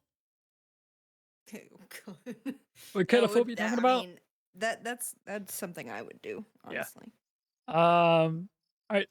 Sonny, we're talking about megalophobia, which is the fear of large objects, large unnatural objects, most specifically. That sounds interesting. It's fine. It's fine. Okay, I'm gonna cover all this. As long as it's natural. Not really, actually. No. Even if it is natural, I'm still scared of it. Yes. I don't fear stars. I don't fear black holes. The thing I fear most in space is gas giants. They are terrifying. Have you ever heard of my favorite jet gas giant? My favorite planet, J14701b. It has the ring system of like Saturn, but if it was Saturn, its ring system would reach us. Oh. So like Statue of Liberty, but not mountains, or both? Honestly, probably a bit of both. Like, well, Statue of Liberty, maybe. I My don't mother? know. Couldn't say.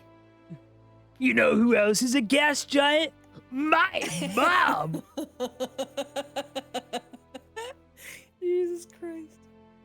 But like mountains and stuff I'm fine with, or like more like gigantic ships, and or more along the lines of, have you ever been in the ocean and look straight down and you can't see anything? Yeah, that kind of, that void where you just look and you see nothing. You cannot see the bottom.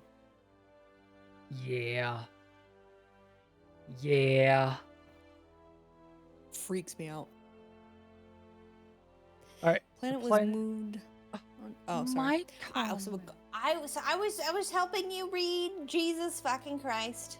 I mean, actually, I appreciate the help, actually. But I've got this one. Bitch when I help. Bitch when I don't. The planet that was moved onto a proto-brown dwarf star. Then they're debating if it even exists because we can't find it anymore. Well, it's not a set of fucking car keys, is it? Oh, you're talking about J14701b?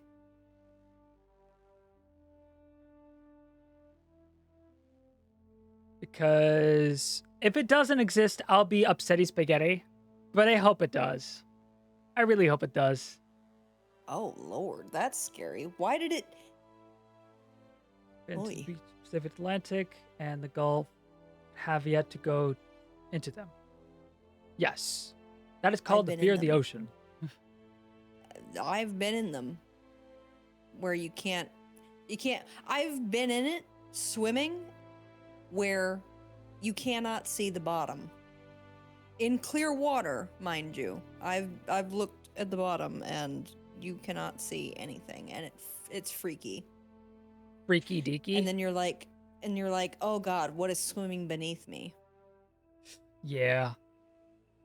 I'm debating. I kind of want this one. Because granted, it's like just planes and stuff, but I don't actually plan on like having planes. I don't fear the ocean if you're drowning. Different phobia for me. I mean, it's still probably going to get the same label put on it if you put it on like a fucking receipt. But for me right now, I am debating between these two. I kind of want this one because with this engine, the Terrier engine, it is a much more efficient engine. And I get a larger fuel tank. And I'm wondering if I should get this one because this I can put on my upper stage. this very well may help me get a flyby on the mun. I fear being heterosexual. JK, ha ha ha. You should fear it. Fear. Fear me. I'm actually curious. What do I have in the space plane here? What do I have available? Oh, I have the exact same things available. Hold on. So I don't have any wheels available. I only have these. Wheels. Wheels. Because there is a little bit of a cheesy cheese you can do. Is cheesy. Extra cheesy. I think I might do this. Do you fear physics? In theory, the math? Do you fear death? I mean, the physics. Oh, I love physics. That's why I'm like, I have to be careful because, like, I don't want to get, like, too nerdy in here. One, I don't want to be too boring. And two, because... two, because it's like, I'm going to be getting into things where I'm going to be, words. Trying to make my mouth do this and it's not doing it. But there's like a whole delta V chart I can look at to make sure I've got everything perfect. I'm doing the math to make sure I'm getting like satellite arrays put up. No. No. We're here to launch shit. But what I am gonna do, just throw it in space, see if it sticks. that's the big one. No, that's the little one. I want to do the big one. Actually, I'm gonna hold up on that one because what I'm gonna do, first off, auto strut. So you'd have no problem doing it. Me, on the other hand, I look like a 5-year-old trying to understand a lot of this. It's fine. Honestly, I would love more nerdy vibes from your streams. I mean, What? okay, What? that's fair. Excuse me? What I the fuck did you just say? think she just called me nerdy. I think that's fine. Oh, Sonny said it. I thought you were saying that to me. I'm like, what? No. see Sonny said it. I'm reading the comments. God dang. God dang, getting so defensive. Oh my god. I thought you were saying that about me. I'm like, what the fuck did you just say? Getting so defensive. My God. All right, I'm gonna Not do it. Smart enough for that. We both know that. Are you smarter than a 4th grader? I'm so lost. I'm sorry, Sonny. That was Don't worry. me. I was lost. I got it. I'm all here. I swear. There.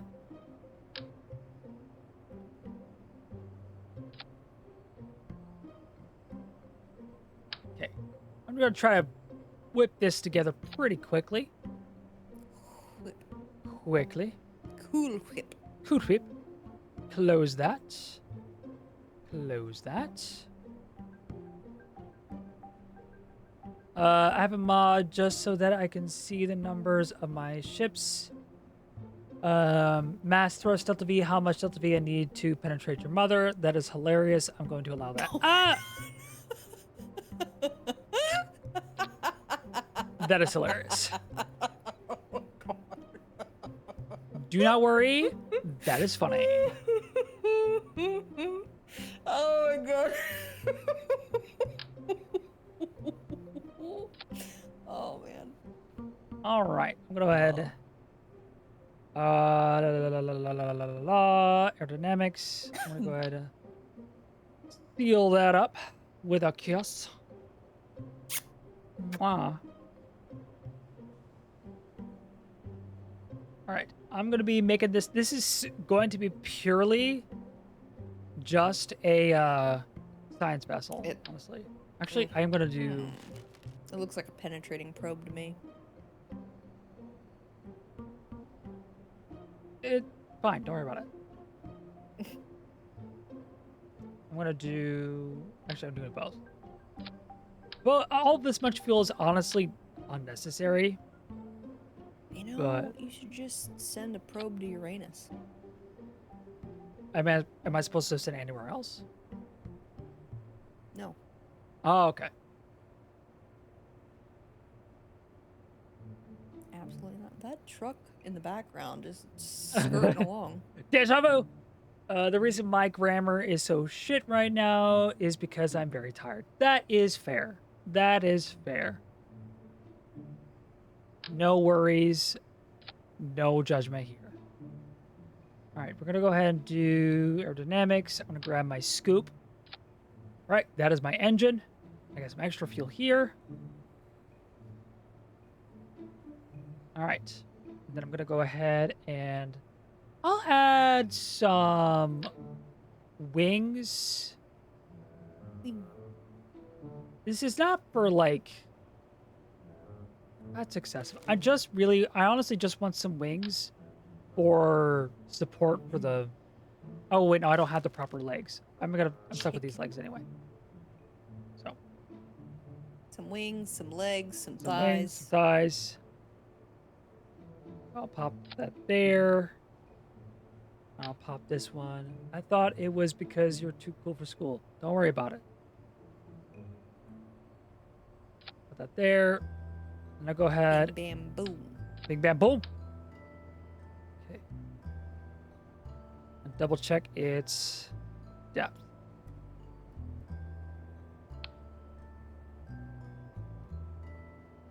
All right, so these need to come down.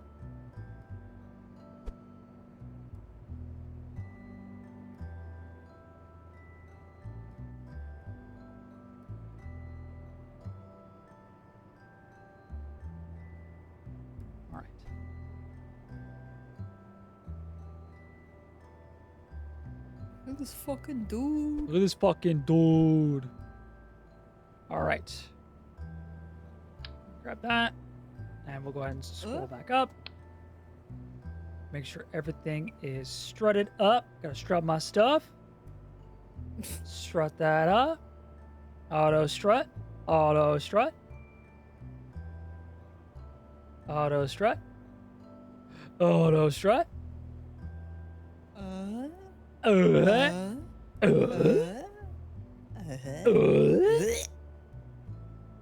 All right. This thing, its sole purpose is science. That's all it does. So I'm gonna grab Bob. What do we want to call this? Prober. The prober. The prober or the prober? prober. The prober? Yeah, the prober. The prober. The prober. Saver. And launcher. Launch me. Oh, I'm dork. That's okay. I'm gonna pop on my brakes, which is okay. SAS. Yep. SAS is good. All right, we're gonna do a. Never mind. Hold on. Let me revert the save. Revert. Displace banger. I forgot a piece of equipment. Payload. No. Controls. Science. There. I forgot this. I just felt each one of my vertebrates in my neck crack one after the other. Oh. Like a glow stick. Like in a good way or a bad way? Ooh. I hope it was a good way. I'm assuming it was a good way. Hopefully a good way. Mm-hmm. Like a satisfying pop. Well, that's good. Seems good. I have mobility in my neck, which is great. Yeah, I myself. Oh, good, nice pop. Tasty. Tasty. All right. This is going to be useful because I'm going to need to collect all the data from like the crew reports. So I'm actually going to go to my actions. I'm going to add a custom key, which add observe mystery goo. We'll do conduct material study. The mystery Log goo. temperature. Mystery goo? Oh, you missed it. Yeah, we went and did the high high Kerbal orbit. Apparently the mystery goo felt right at home there. Oh. Oh. Don't worry about it. It's fine. I am thoroughly Fine. something. It's fine. Fine. All right, so. All right, I'm going to go ahead. I have. Okay, so we're doing crew report, material study, temperature, Mr. Goo, and pressure. Your neck, you must have that new upgrade. Does it still have that new upgrade smell? It's popping like that. It's probably not the new upgrade. But I don't want to assume. Could be. I'm custom 2. I'll go ahead, have this as collect all. So when I press 1, it will do all the science. I'll go ahead and do an EVA, do an EV report, collect sample, and then I will go ahead and pop them in and collect all, which will be all stored in here. So when I collect it, it all comes back. I also want to check something. Brakes. Fixed landing gear, brake. How many components? Toggle steering, toggle investor control. Doesn't have toggle brakes, which would have been nice. Because if you press the brakes hotkey, which is B, it will just toggle the brakes. So you press and hold in order to brake. Don't like that. I prefer if I could just click it and it toggles. But it is either you have to set it and forget it. Set it and forget it. That's what I like to do. All right, go ahead. You're like, oh god, why isn't it moving? Oh, the brakes are on. Yeah. Hey, better than that. Because better than just veering off to where you don't want to be. All right.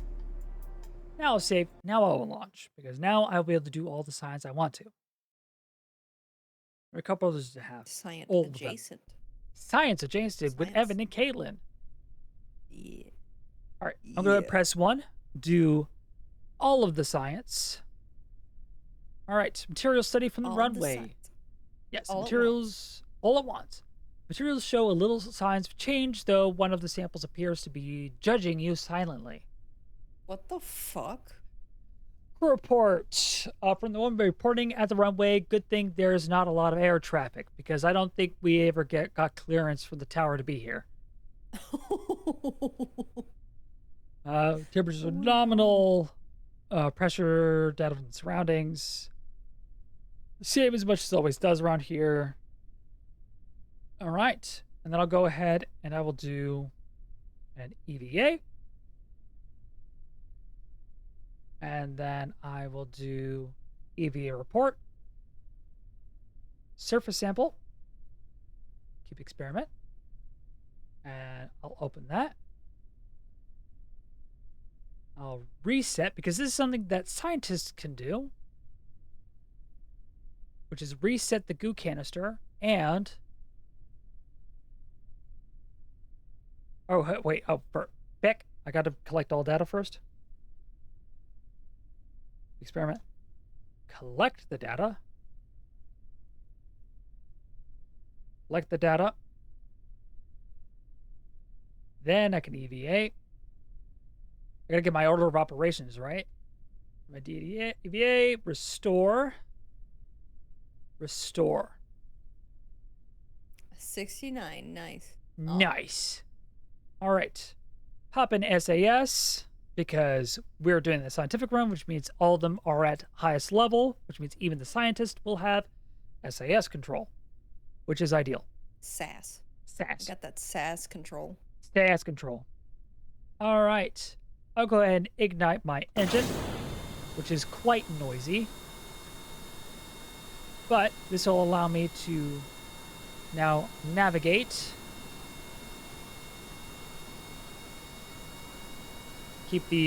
I'll keep the thrust nice and low.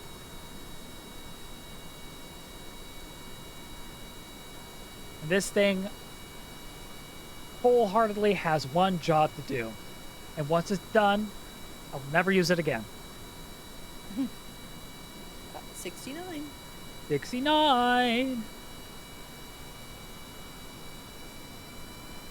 I'll get a little greedy. Oh, wait. Another trick. I'll be right back. Control. That helps it from veering off too much. Yeah, you'll be back.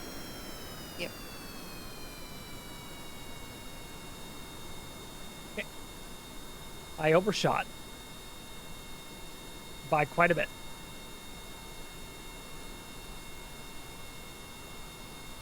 Oops.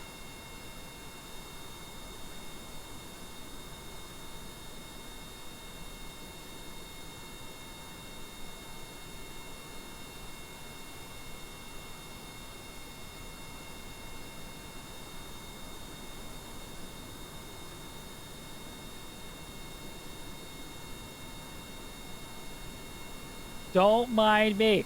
It's kind of loud out here. The weather's getting a little heated at the moment. It's just the jet engines. It's fine.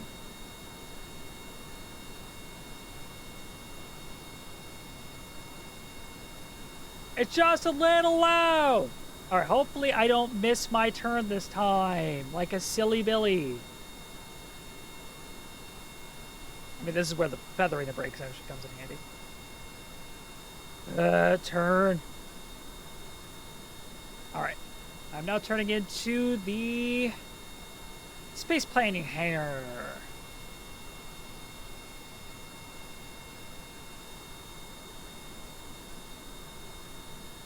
All right.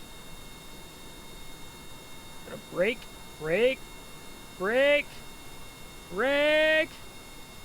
Okay. Conduct the science. There are studies signs of change, though one of the samples appears to be judging you silently. So we're gonna get all the same dialogue. Go ahead, collect all. Going to do a new hatch, EVA, EVA report. Experiment, we'll do a surface sample. Experiment.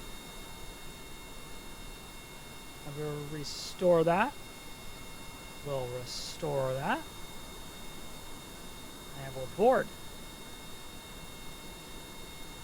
And honestly, I don't have to do a secondary collection because it'll happen in the next one. So, release the brakes, and we will go ahead and get started to head towards this facility. These are, I believe, 2 separate facilities. We'll head over here real quick. We're real quick like. We'll do this as fast as possible because this is honestly the bit of the grindy bit for Kerbal Space Program. But this is how you can get a bunch of science super duper fast.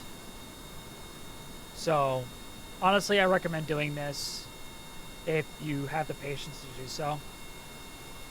So, real quick, I want to do... Why, are you a doctor? Yeah. All the patients? Yeah. Yep. Yep.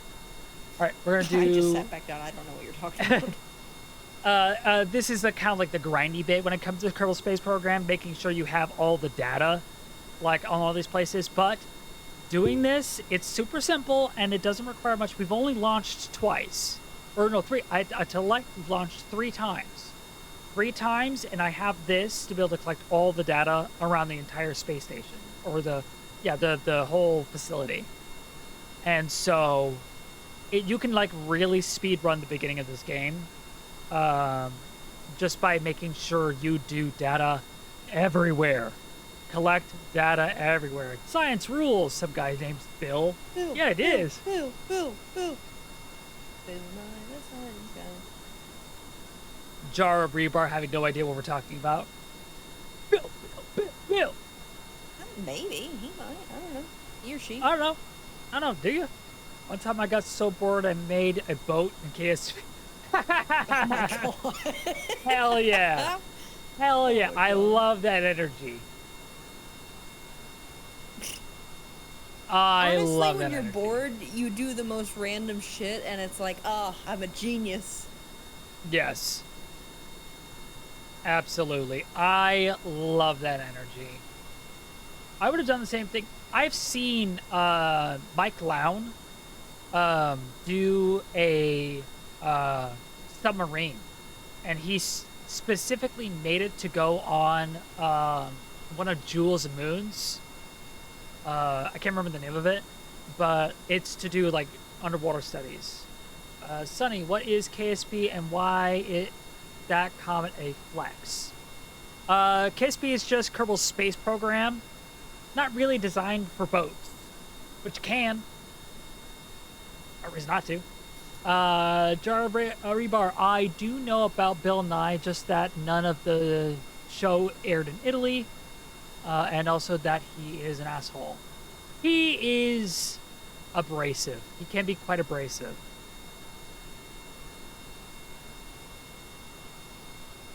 Yeah, that's why I kind of prefer Neil deGrasse Tyson.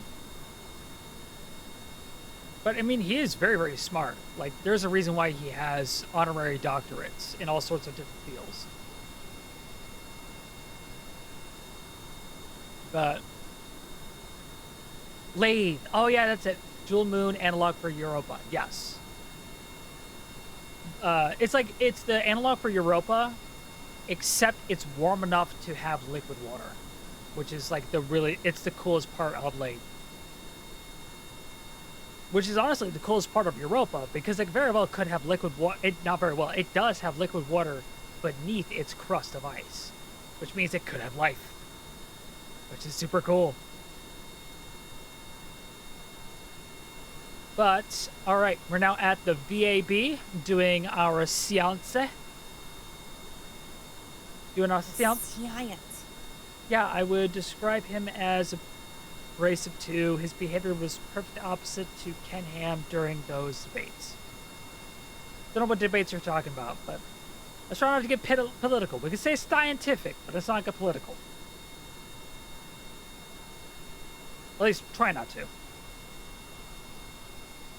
Alright, doing the samples. I forgot to collect the data. That's okay. Splash ton of water. Oh my god. Boats are fun, just be ready to hear constant. Yeah.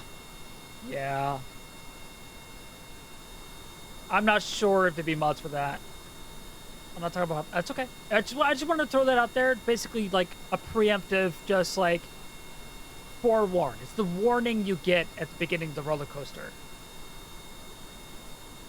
Don't slap pandas. Don't slap pandas. All right, I'm gonna go ahead. I'll hop over to the launch. The lunch.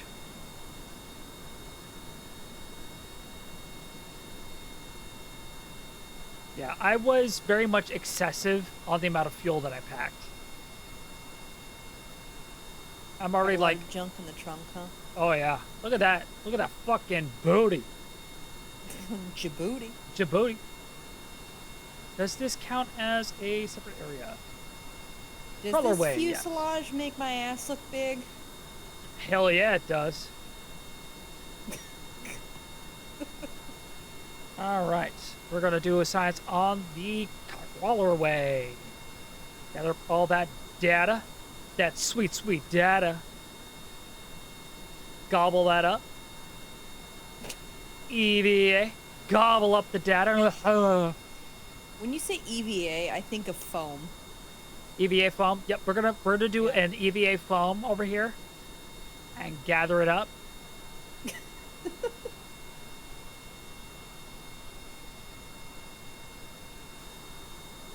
Okie dokie. And we'll do like that. Remove the brakes, and we're off to the launch pad. Where we will be able to gather up all the other data we normally wouldn't have been able to catch, which in this case would be the Science Junior, which I'm gonna go ahead and just grab that while I can, because everything else we already got. We already got temperature. We already got the pressure. We already got the crew report, EVA, and sample. There is water in Europa. What do alien fish taste? Honestly, I'm glad someone said it. I'm glad someone has said it. Because you wonder, It would life not water.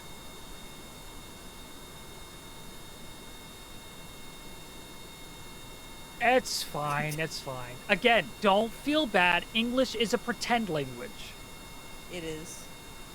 I'm pescatarian. I know what fish tastes like. No. We're talking about alien fish that have like different biology and survived without sunlight. What if it tastes like beef? Ooh. What if it has a completely unique taste? Yeah. Oh, that'd be awesome. That would. Yeah. If there's life on the waters of Europa, the moon, how would the fish taste? Yeah. Like beef. I've had it. I wouldn't recommend it.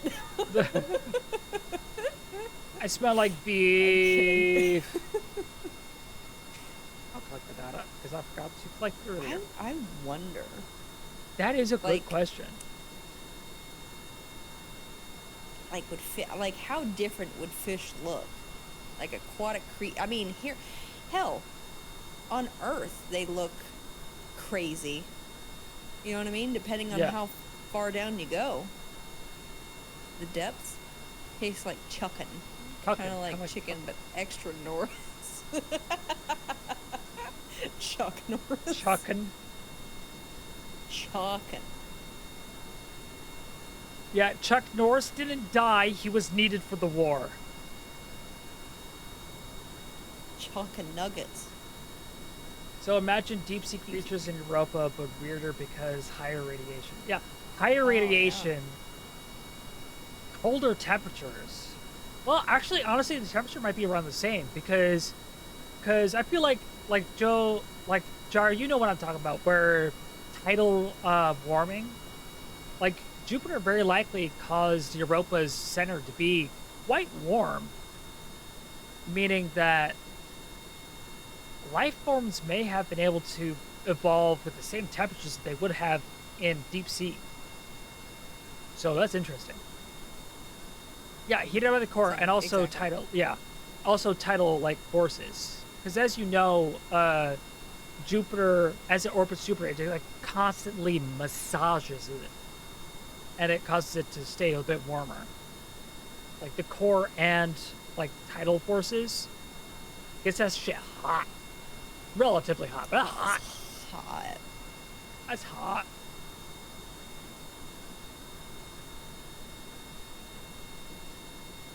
I'm also really curious. So like one of my all-time favorite moons, and before you say anything, I know this is like a milquetoast answer. I know that. But my favorite moon is Titan. I know that's everyone's favorite. But I love Titan because it has like rivers and lakes and oceans of liquid methane. That's so cool.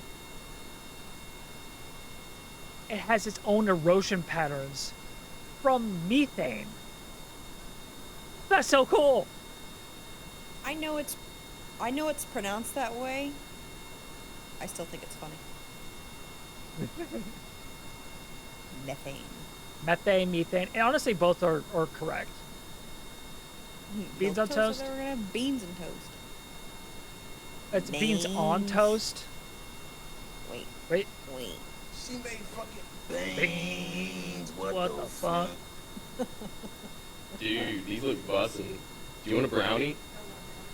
You want a brownie? Well, too bad. They're beans. They're beans. All right, I'm gonna head around. My favorite. Which one's your favorite? I think mine's more milk toast than yours, honestly. Is it Luna? Yeah. Huh? Yeah. Hell yeah. Honestly, that is a good answer. How did you know that? How did you fucking know that? I first of all, I feel like I may have been told once and I vaguely remember. And two, because like, well, you said it's more milk toast and like that's our moon. So, but that is a good answer because our moon is actually quite unique. It's very, very special. it is It's special to incredibly. me, okay? No. Because what's cool about it, it is actually the fourth largest moon. I believe it's the fourth largest moon in the solar system. Either Enceladus or Mimas. Oh, I don't know those by name. You'll have to tell me which one they are. Or no, does Mimas, that orbits Neptune, doesn't it? Oh, I could be wrong. These could be both Jupiter moons. But I feel like Mimas is a Neptune moon. I don't know why, but I get a gut feeling that it is. Or not Enceladus. Enceladus. Ugh. My brain. My brain. My brain.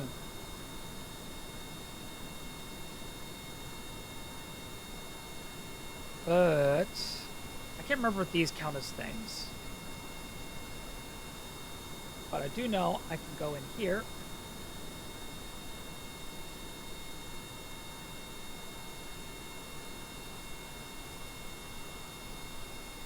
Oh, I know. I'm where it's driving. from. Okay. I'm I looked it driving. up. Oh, which one is it? Saturn. Saturn. Oh. For both? Saturn. Or Mimas? Yeah, For both. I'm pretty sure. Saturn, Yeah. Saturn has some pretty cool moons. It has some pretty cool moons. Because, like I said, my favorite is Titan, which orbits Saturn. It is, but, yeah. Saturn has some pretty cool moons. Because I think what's cool about Saturn's moons, because Jupiter stole up all of them. Jupiter has, I think, so many. No. Saturn has like a bajillion moons. Yeah. Yeah, because Saturn has like a fuck ton of moons. Because I actually got to reverse. Saturn has all the moons because Jupiter gobbled them up by eating all the moons. It ate them. It ate them. And so the only moons it really has are either lone survivors or dwarf planets. You're right. I think Saturn has the most moons. Yes. Now I'm just looking shit up because I have no idea. Hey, this is a space stream. We're doing space. Space, because I'm a space cadet. We're doing space. Restore that. Restore that. With the most moons. Yep, Saturn. Oh my god. What was it, like 40, 50 something moons?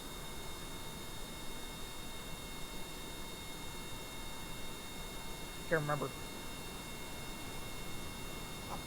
What?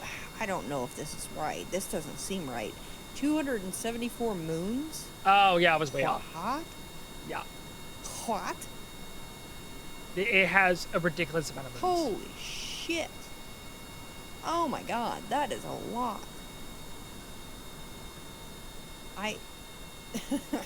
It just, that's why it has the rings. It's just got a million, yeah.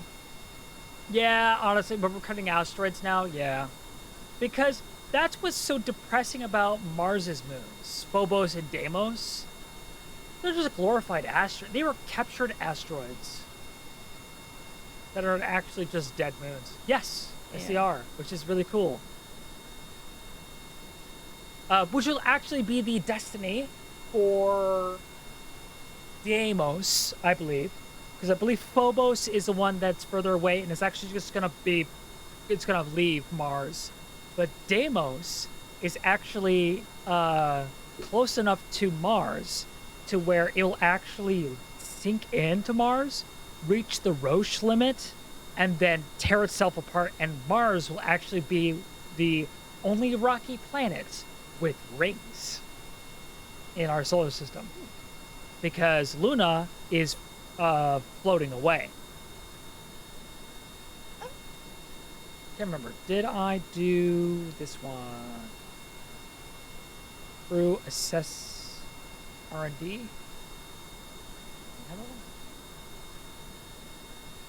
The universe. R&D already stored in this module. Sorry? Saturn. The universe liked it so much they put a ring on it. Oh yeah. I mean, if you like your planets, might as well put a ring on it. Mm-hmm. You know, all of our gas giants have rings.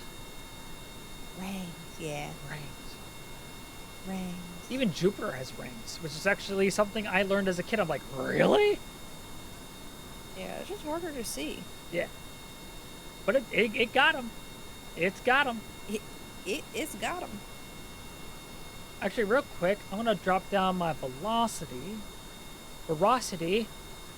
and I'm Your going porosity? to put the thrust limiter to 1/4.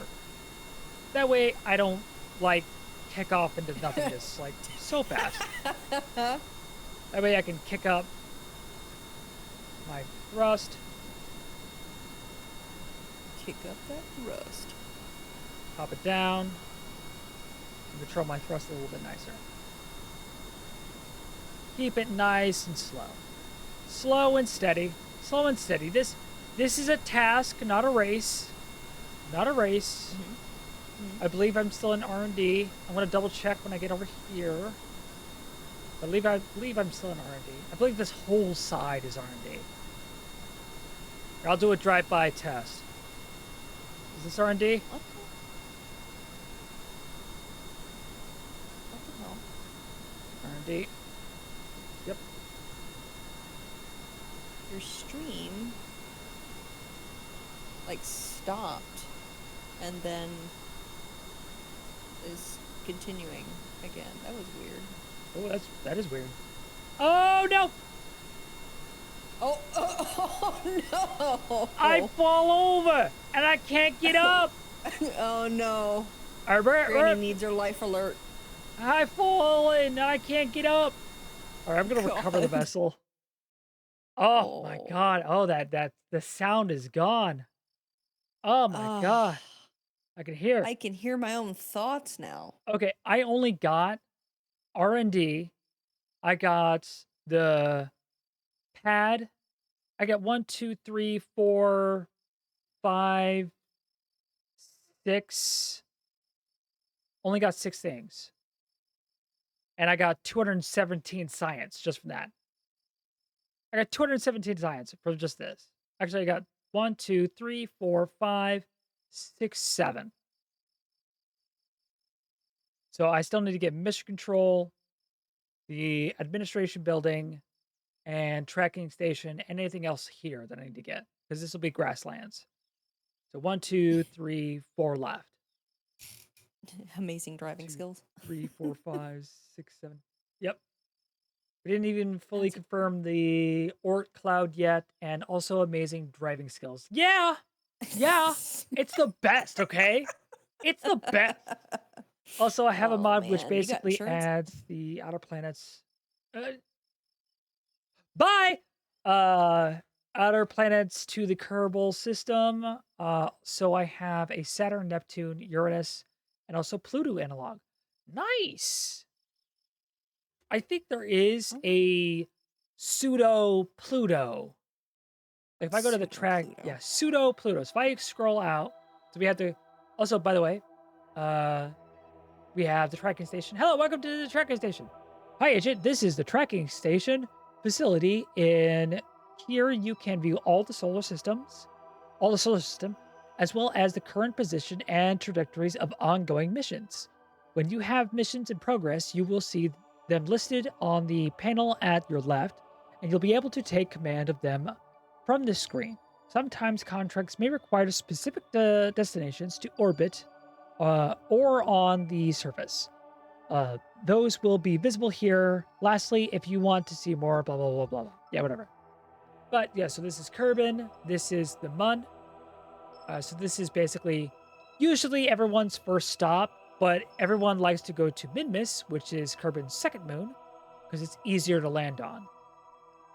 I am a brick wall enthusiast. I always go for the Mun right off the bat. And I always do the hardest version, which is Apollo-styled missions. My computer fears the tracking station because I have like 20 satellites orbiting Kerbin, 3 satellites orbiting the Mun, and 1 satellite orbiting Minimus. It's fine. You just need like 20 minutes to load. It's fine. Just give me 20 minutes. Yeah. to turn this ring around. But yeah, we have Eve, which is basically the Venus equivalent of the system. Very cloudy. Cloudy. And then it has one moon, which is not like Venus, because Venus has no moons. I've also landed on the moon 3 times, crashed 10. Then rookie numbers. You gotta bump the numbers up. You gotta crash more often. You gotta crash more often. All right. And then we have Moho, which is the Mercury equivalent. Take a look at that. Looks almost identical to Mercury. And then we have Jesus. the Sun, which is Kerbal. So bright. And then out here we have Duna, which is the Mars equivalent, which only has 1 moon, which is also quite impressive. That is a quite impressive moon. But unlike Mars, Mars has 2. But this is much like Mars. Look at it. Red planet, quite impressive polarized caps. Also, I wanted to mention, like I was saying, so your favorite is Luna. It is the 4th largest moon in our solar system. I believe it's the 4th largest moon. And it has a ridiculously large ratio from moon to planet size out of any other rocky planet we've ever seen. It's almost a binary star system because our moon is larger than Mercury. My God. And this is Jewel, the largest planet in the system, a gas giant, which is terrifying to go to. And here's Lave, the closest moon, which is a protoplanet. Kind of not a protoplanet. It's like a satellite planet. It's a moon, but it's technically planetoid. Yeah, this thing is about the same size as Kerbal. And that's the ratio. Like, if you're orbiting this thing, you just see this thing in the background. That's terrifying. And since it's so close, it's warmed by tidal forces, meaning that it has liquid water. And then it has Val, and then it has some Tylo, Bop, Pole, which used to be the Pluto equivalent, and then later, one of the later updates, they actually added this one, Elo, which is basically the Pluto equivalent, an icy, barren dwarf planet. I'm gonna go ahead and I'm gonna scroll out, head back to the Kerbal. Gorgeous. Head out of this. And I'm going to I'm gonna go ahead and head out with our the prober again. Giggity. Try not to topple over this time. Try not to. And it's the best one. Our moon is literally just half Theia and half Earth. Because Theia crashed onto Earth, now simulations indicate that the moon was formed in less than 10 million years from the impact, which is also very, very impressive. Which is another reason why we actually have lunar type rock on Earth, and we have Earth-like rock on the moon, is because of that impact. And it's also they kissed. It's also evidence of the fact that they formed. Both, and they were like red hot. So it this Theia, which was like a dwarf planet that came in and crashed into Earth, and then added some material into Earth, and then took out some material, and that stuff that launched off became the moon, like our moon. And then,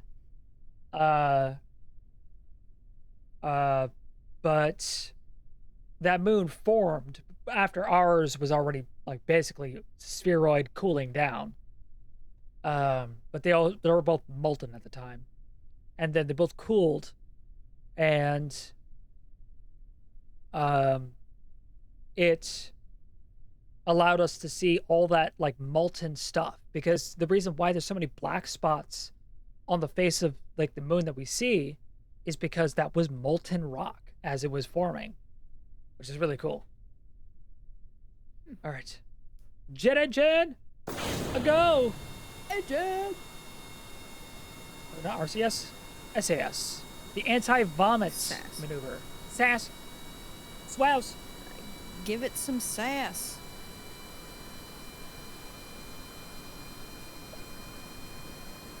Earl Grey tea.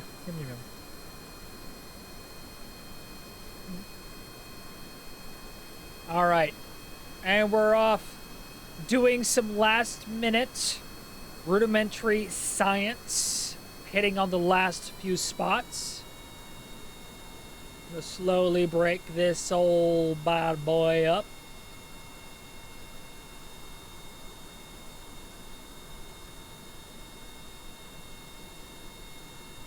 Put in reverse, Terry.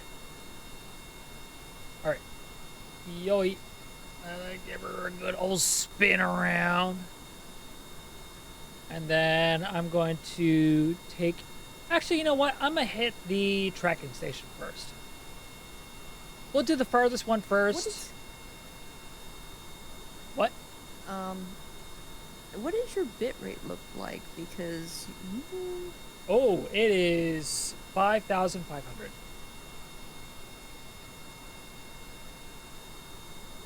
Oh, it is dropping like crazy. Oh my goodness. Oh, it is tanking so bad. I don't know if Sunny's trying to hit the internet or something, but it might be killing my internet. The lag. Oh my god, I typed in Lag. the lag on the... Yeah, I typed the lag, and Sorry. It's still, I still don't see it. Oh my goodness. I am so sorry. I don't know if you can hear me or see me. I don't know what happened. The lag. I'm back up to 6,000. Oh my god, it is going from 6 to 4K. Oh my god. You are still moving on screen for me. Like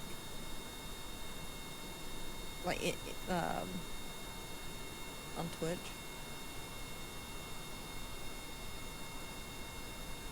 What are you currently doing right now on screen? Because I'm honestly not really sure. You're just sitting there? Yeah, I'm just sitting here. Oh god. Oh my god, what is happening? Oh goodness. Oh goodness gracious. Oh goodness gracious golly.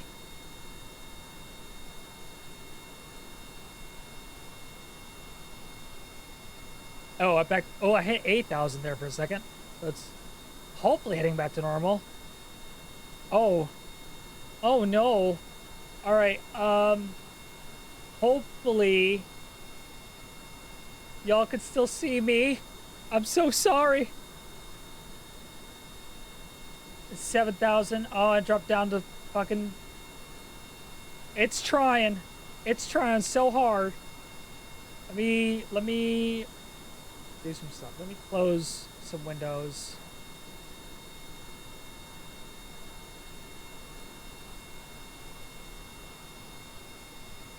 Nope. No. Nope.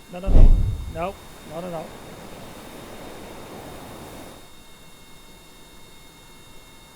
Close that. Hopefully that helps.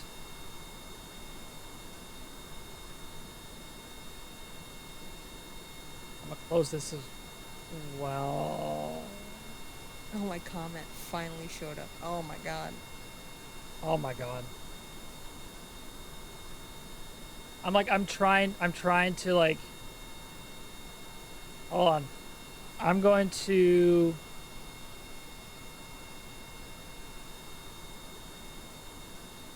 I'm gonna shut down the engine so we can concentrate. Oh god. All right, I'm gonna hop in cam and chat, see if that helps. I don't know what's going on. Okay.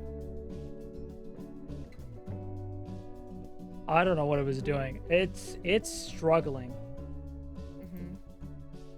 I haven't changed anything. It was doing just fine earlier. I think it might be your internet. Might be the internet. It could be the internet. We don't exactly have the best internet. Yeah.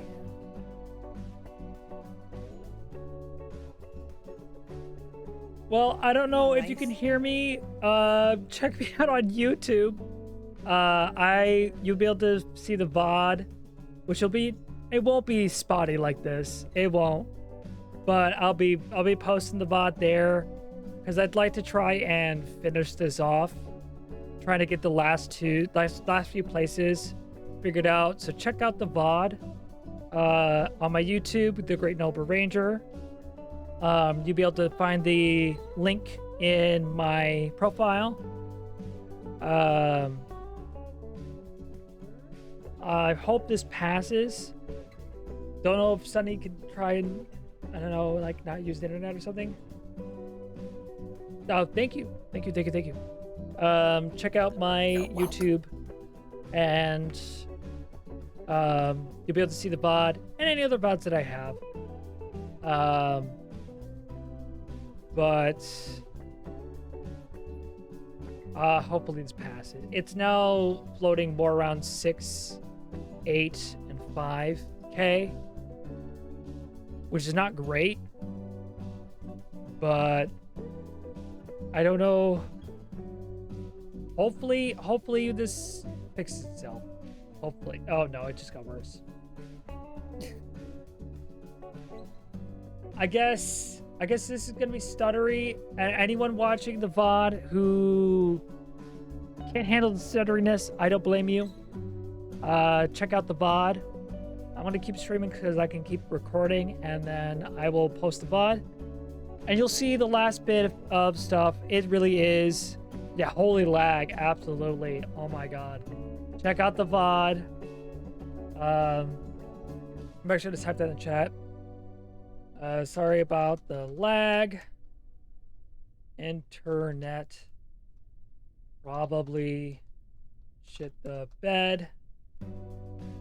Check out the VOD on my channel if you would like to see the end of it. Hopefully it passes over. But I don't know what's going on. Hopefully it goes away.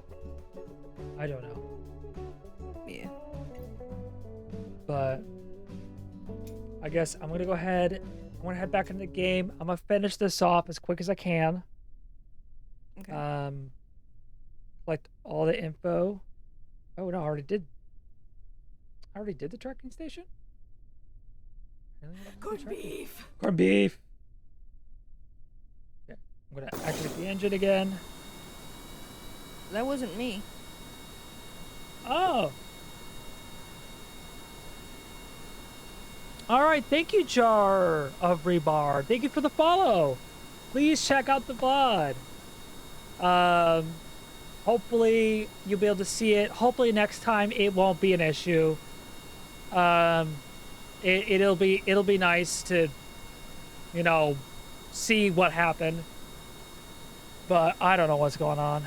Probably the Twitch VOD will look all weird, but the YouTube VOD will be hopefully normal. Not sure, but hopefully it'll be normal. So, Yeah. I'm gonna head over to other places I may not have gotten the research from. Apparently, I did the tracking station already. Did not know I did that. Yippee! Yippee!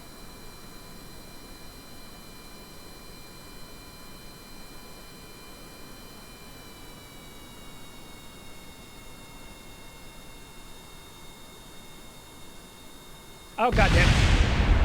Oh my god, what happened? I took the corner way too fast. And you just exploded? Yeah, my top end smashed down onto my engine and blew it up. I Oops. blew up. I blew up. That doesn't count. It doesn't count. It's fine. It's fine. It doesn't count. It doesn't count. Fine. Doesn't count.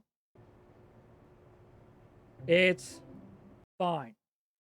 Uh-huh. Do you have to do all that over again? No.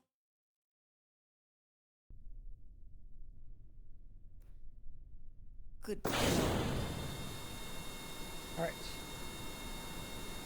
I'll go ahead and pick up some speed. The speed. Speed is key. Yes. Speed is key. It's just not the same. Oh, yeah. Yep. Yep. Oh my god. My Yep. message just showed up. Oh my god, yeah. Yep. Check the VOD. I don't know what's happening. The fucking internet is shitting the bed. Yeah, it's bad. Don't make fun of me. I'm not making fun of you. I just said how bad it was. I'm kidding. Hopefully. Like if my internet shit the bed, it'd just be like, at least yours is still on. Yeah. But I don't know. I don't know if I'm just getting too much. Like my thing is becoming full.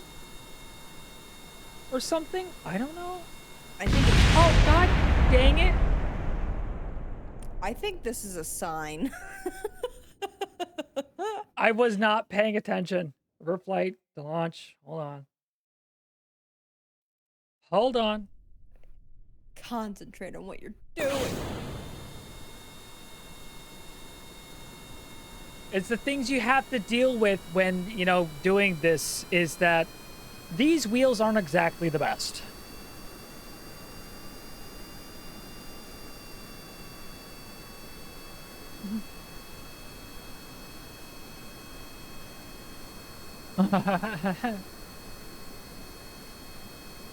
Oh, yeah.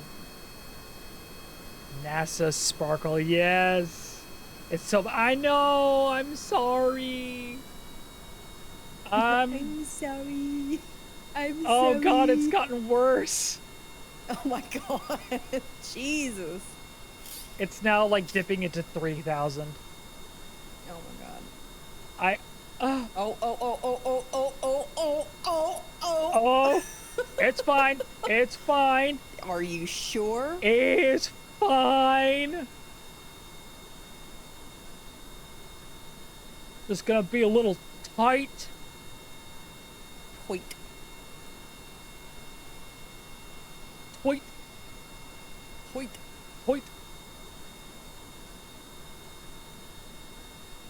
All right, brakes. Oh god. Brake.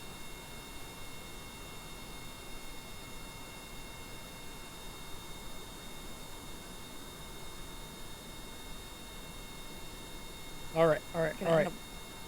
It's fine. It's fine. It's fine. It's fine. Okay. It's All right. it's fine. All right. It's fine. All right. It's fine. All right. It's All fine. right. It's fine. Okay. It's Who fine. are you trying to convince, me or you? Me. Okay. Like that. Oh god. Oh Put it up. no. Maybe I'm trying to go as Like, fast as I can. It's starting to stutter for me. Oh God. Yeah. Surf sample. Oh God. The store. All of a sudden, just die. Store. No. I'm not trying to put that energy out there. I'm just saying that is a possibility. Something might implode. Just a heads up. All right, I'm trying to go as fast as I can. Slap a band-aid on it. You just blew up on this actual stream. That's how delayed it is. Oh my God.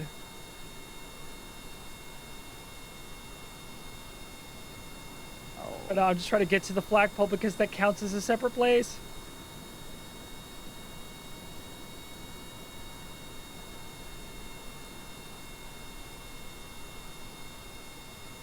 Beep beep. Beep beep. Okay. Faster, faster, faster, faster, faster, faster. Speed run science! Speed run Speed run the science! science. Your server sample. Reset. Oh, I forgot to collect data. There, Mr. Goo. Collect data. Collect data. Restore. Restore. Restore B. humanity Collect. and the internet. Humanity. Oh, the humanity. Summon the internet gods.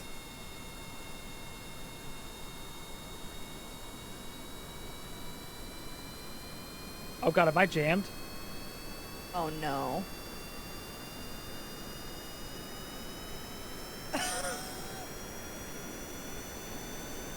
no.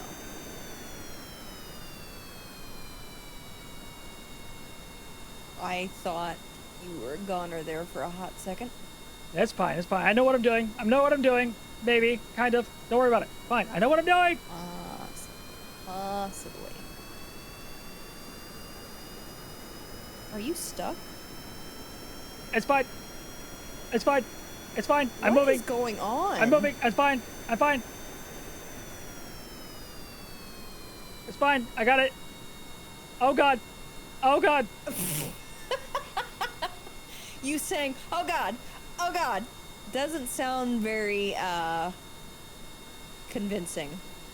That everything's under control. I've got it. It's fine. Oh God, oh God. Give your report. Take surface sample.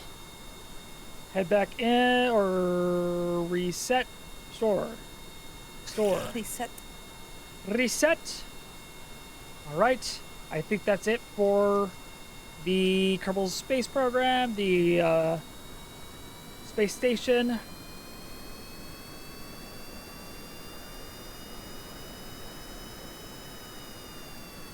Oh, you blew up again. On the screen. Just now played. Oh. It's fine. It's fine. It's fine. Keep science and recover the vessel. That's it. That's it. I'm done. I've collected the last bit of science. For science. That's another 100 science. 323 science. 323 bitch. science from just going around the facility and collecting data. I'm going to spend that That on the was next stream. stressful.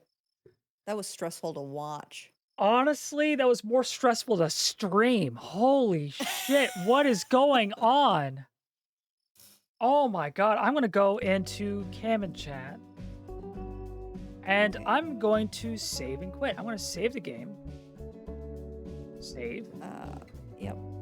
And I'm going to quit the main menu. And you're going to hear some of the main menu's music, maybe. Back? No?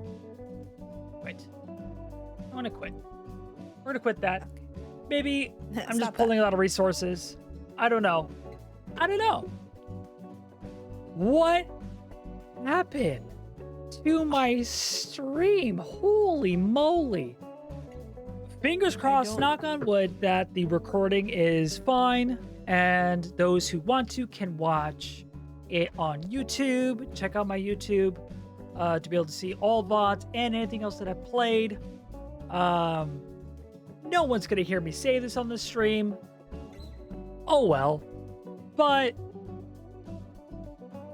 hang out, enjoy yourself, have a good time. I'm gonna head out and figure out what just happened. Okay, bye. Okay, bye.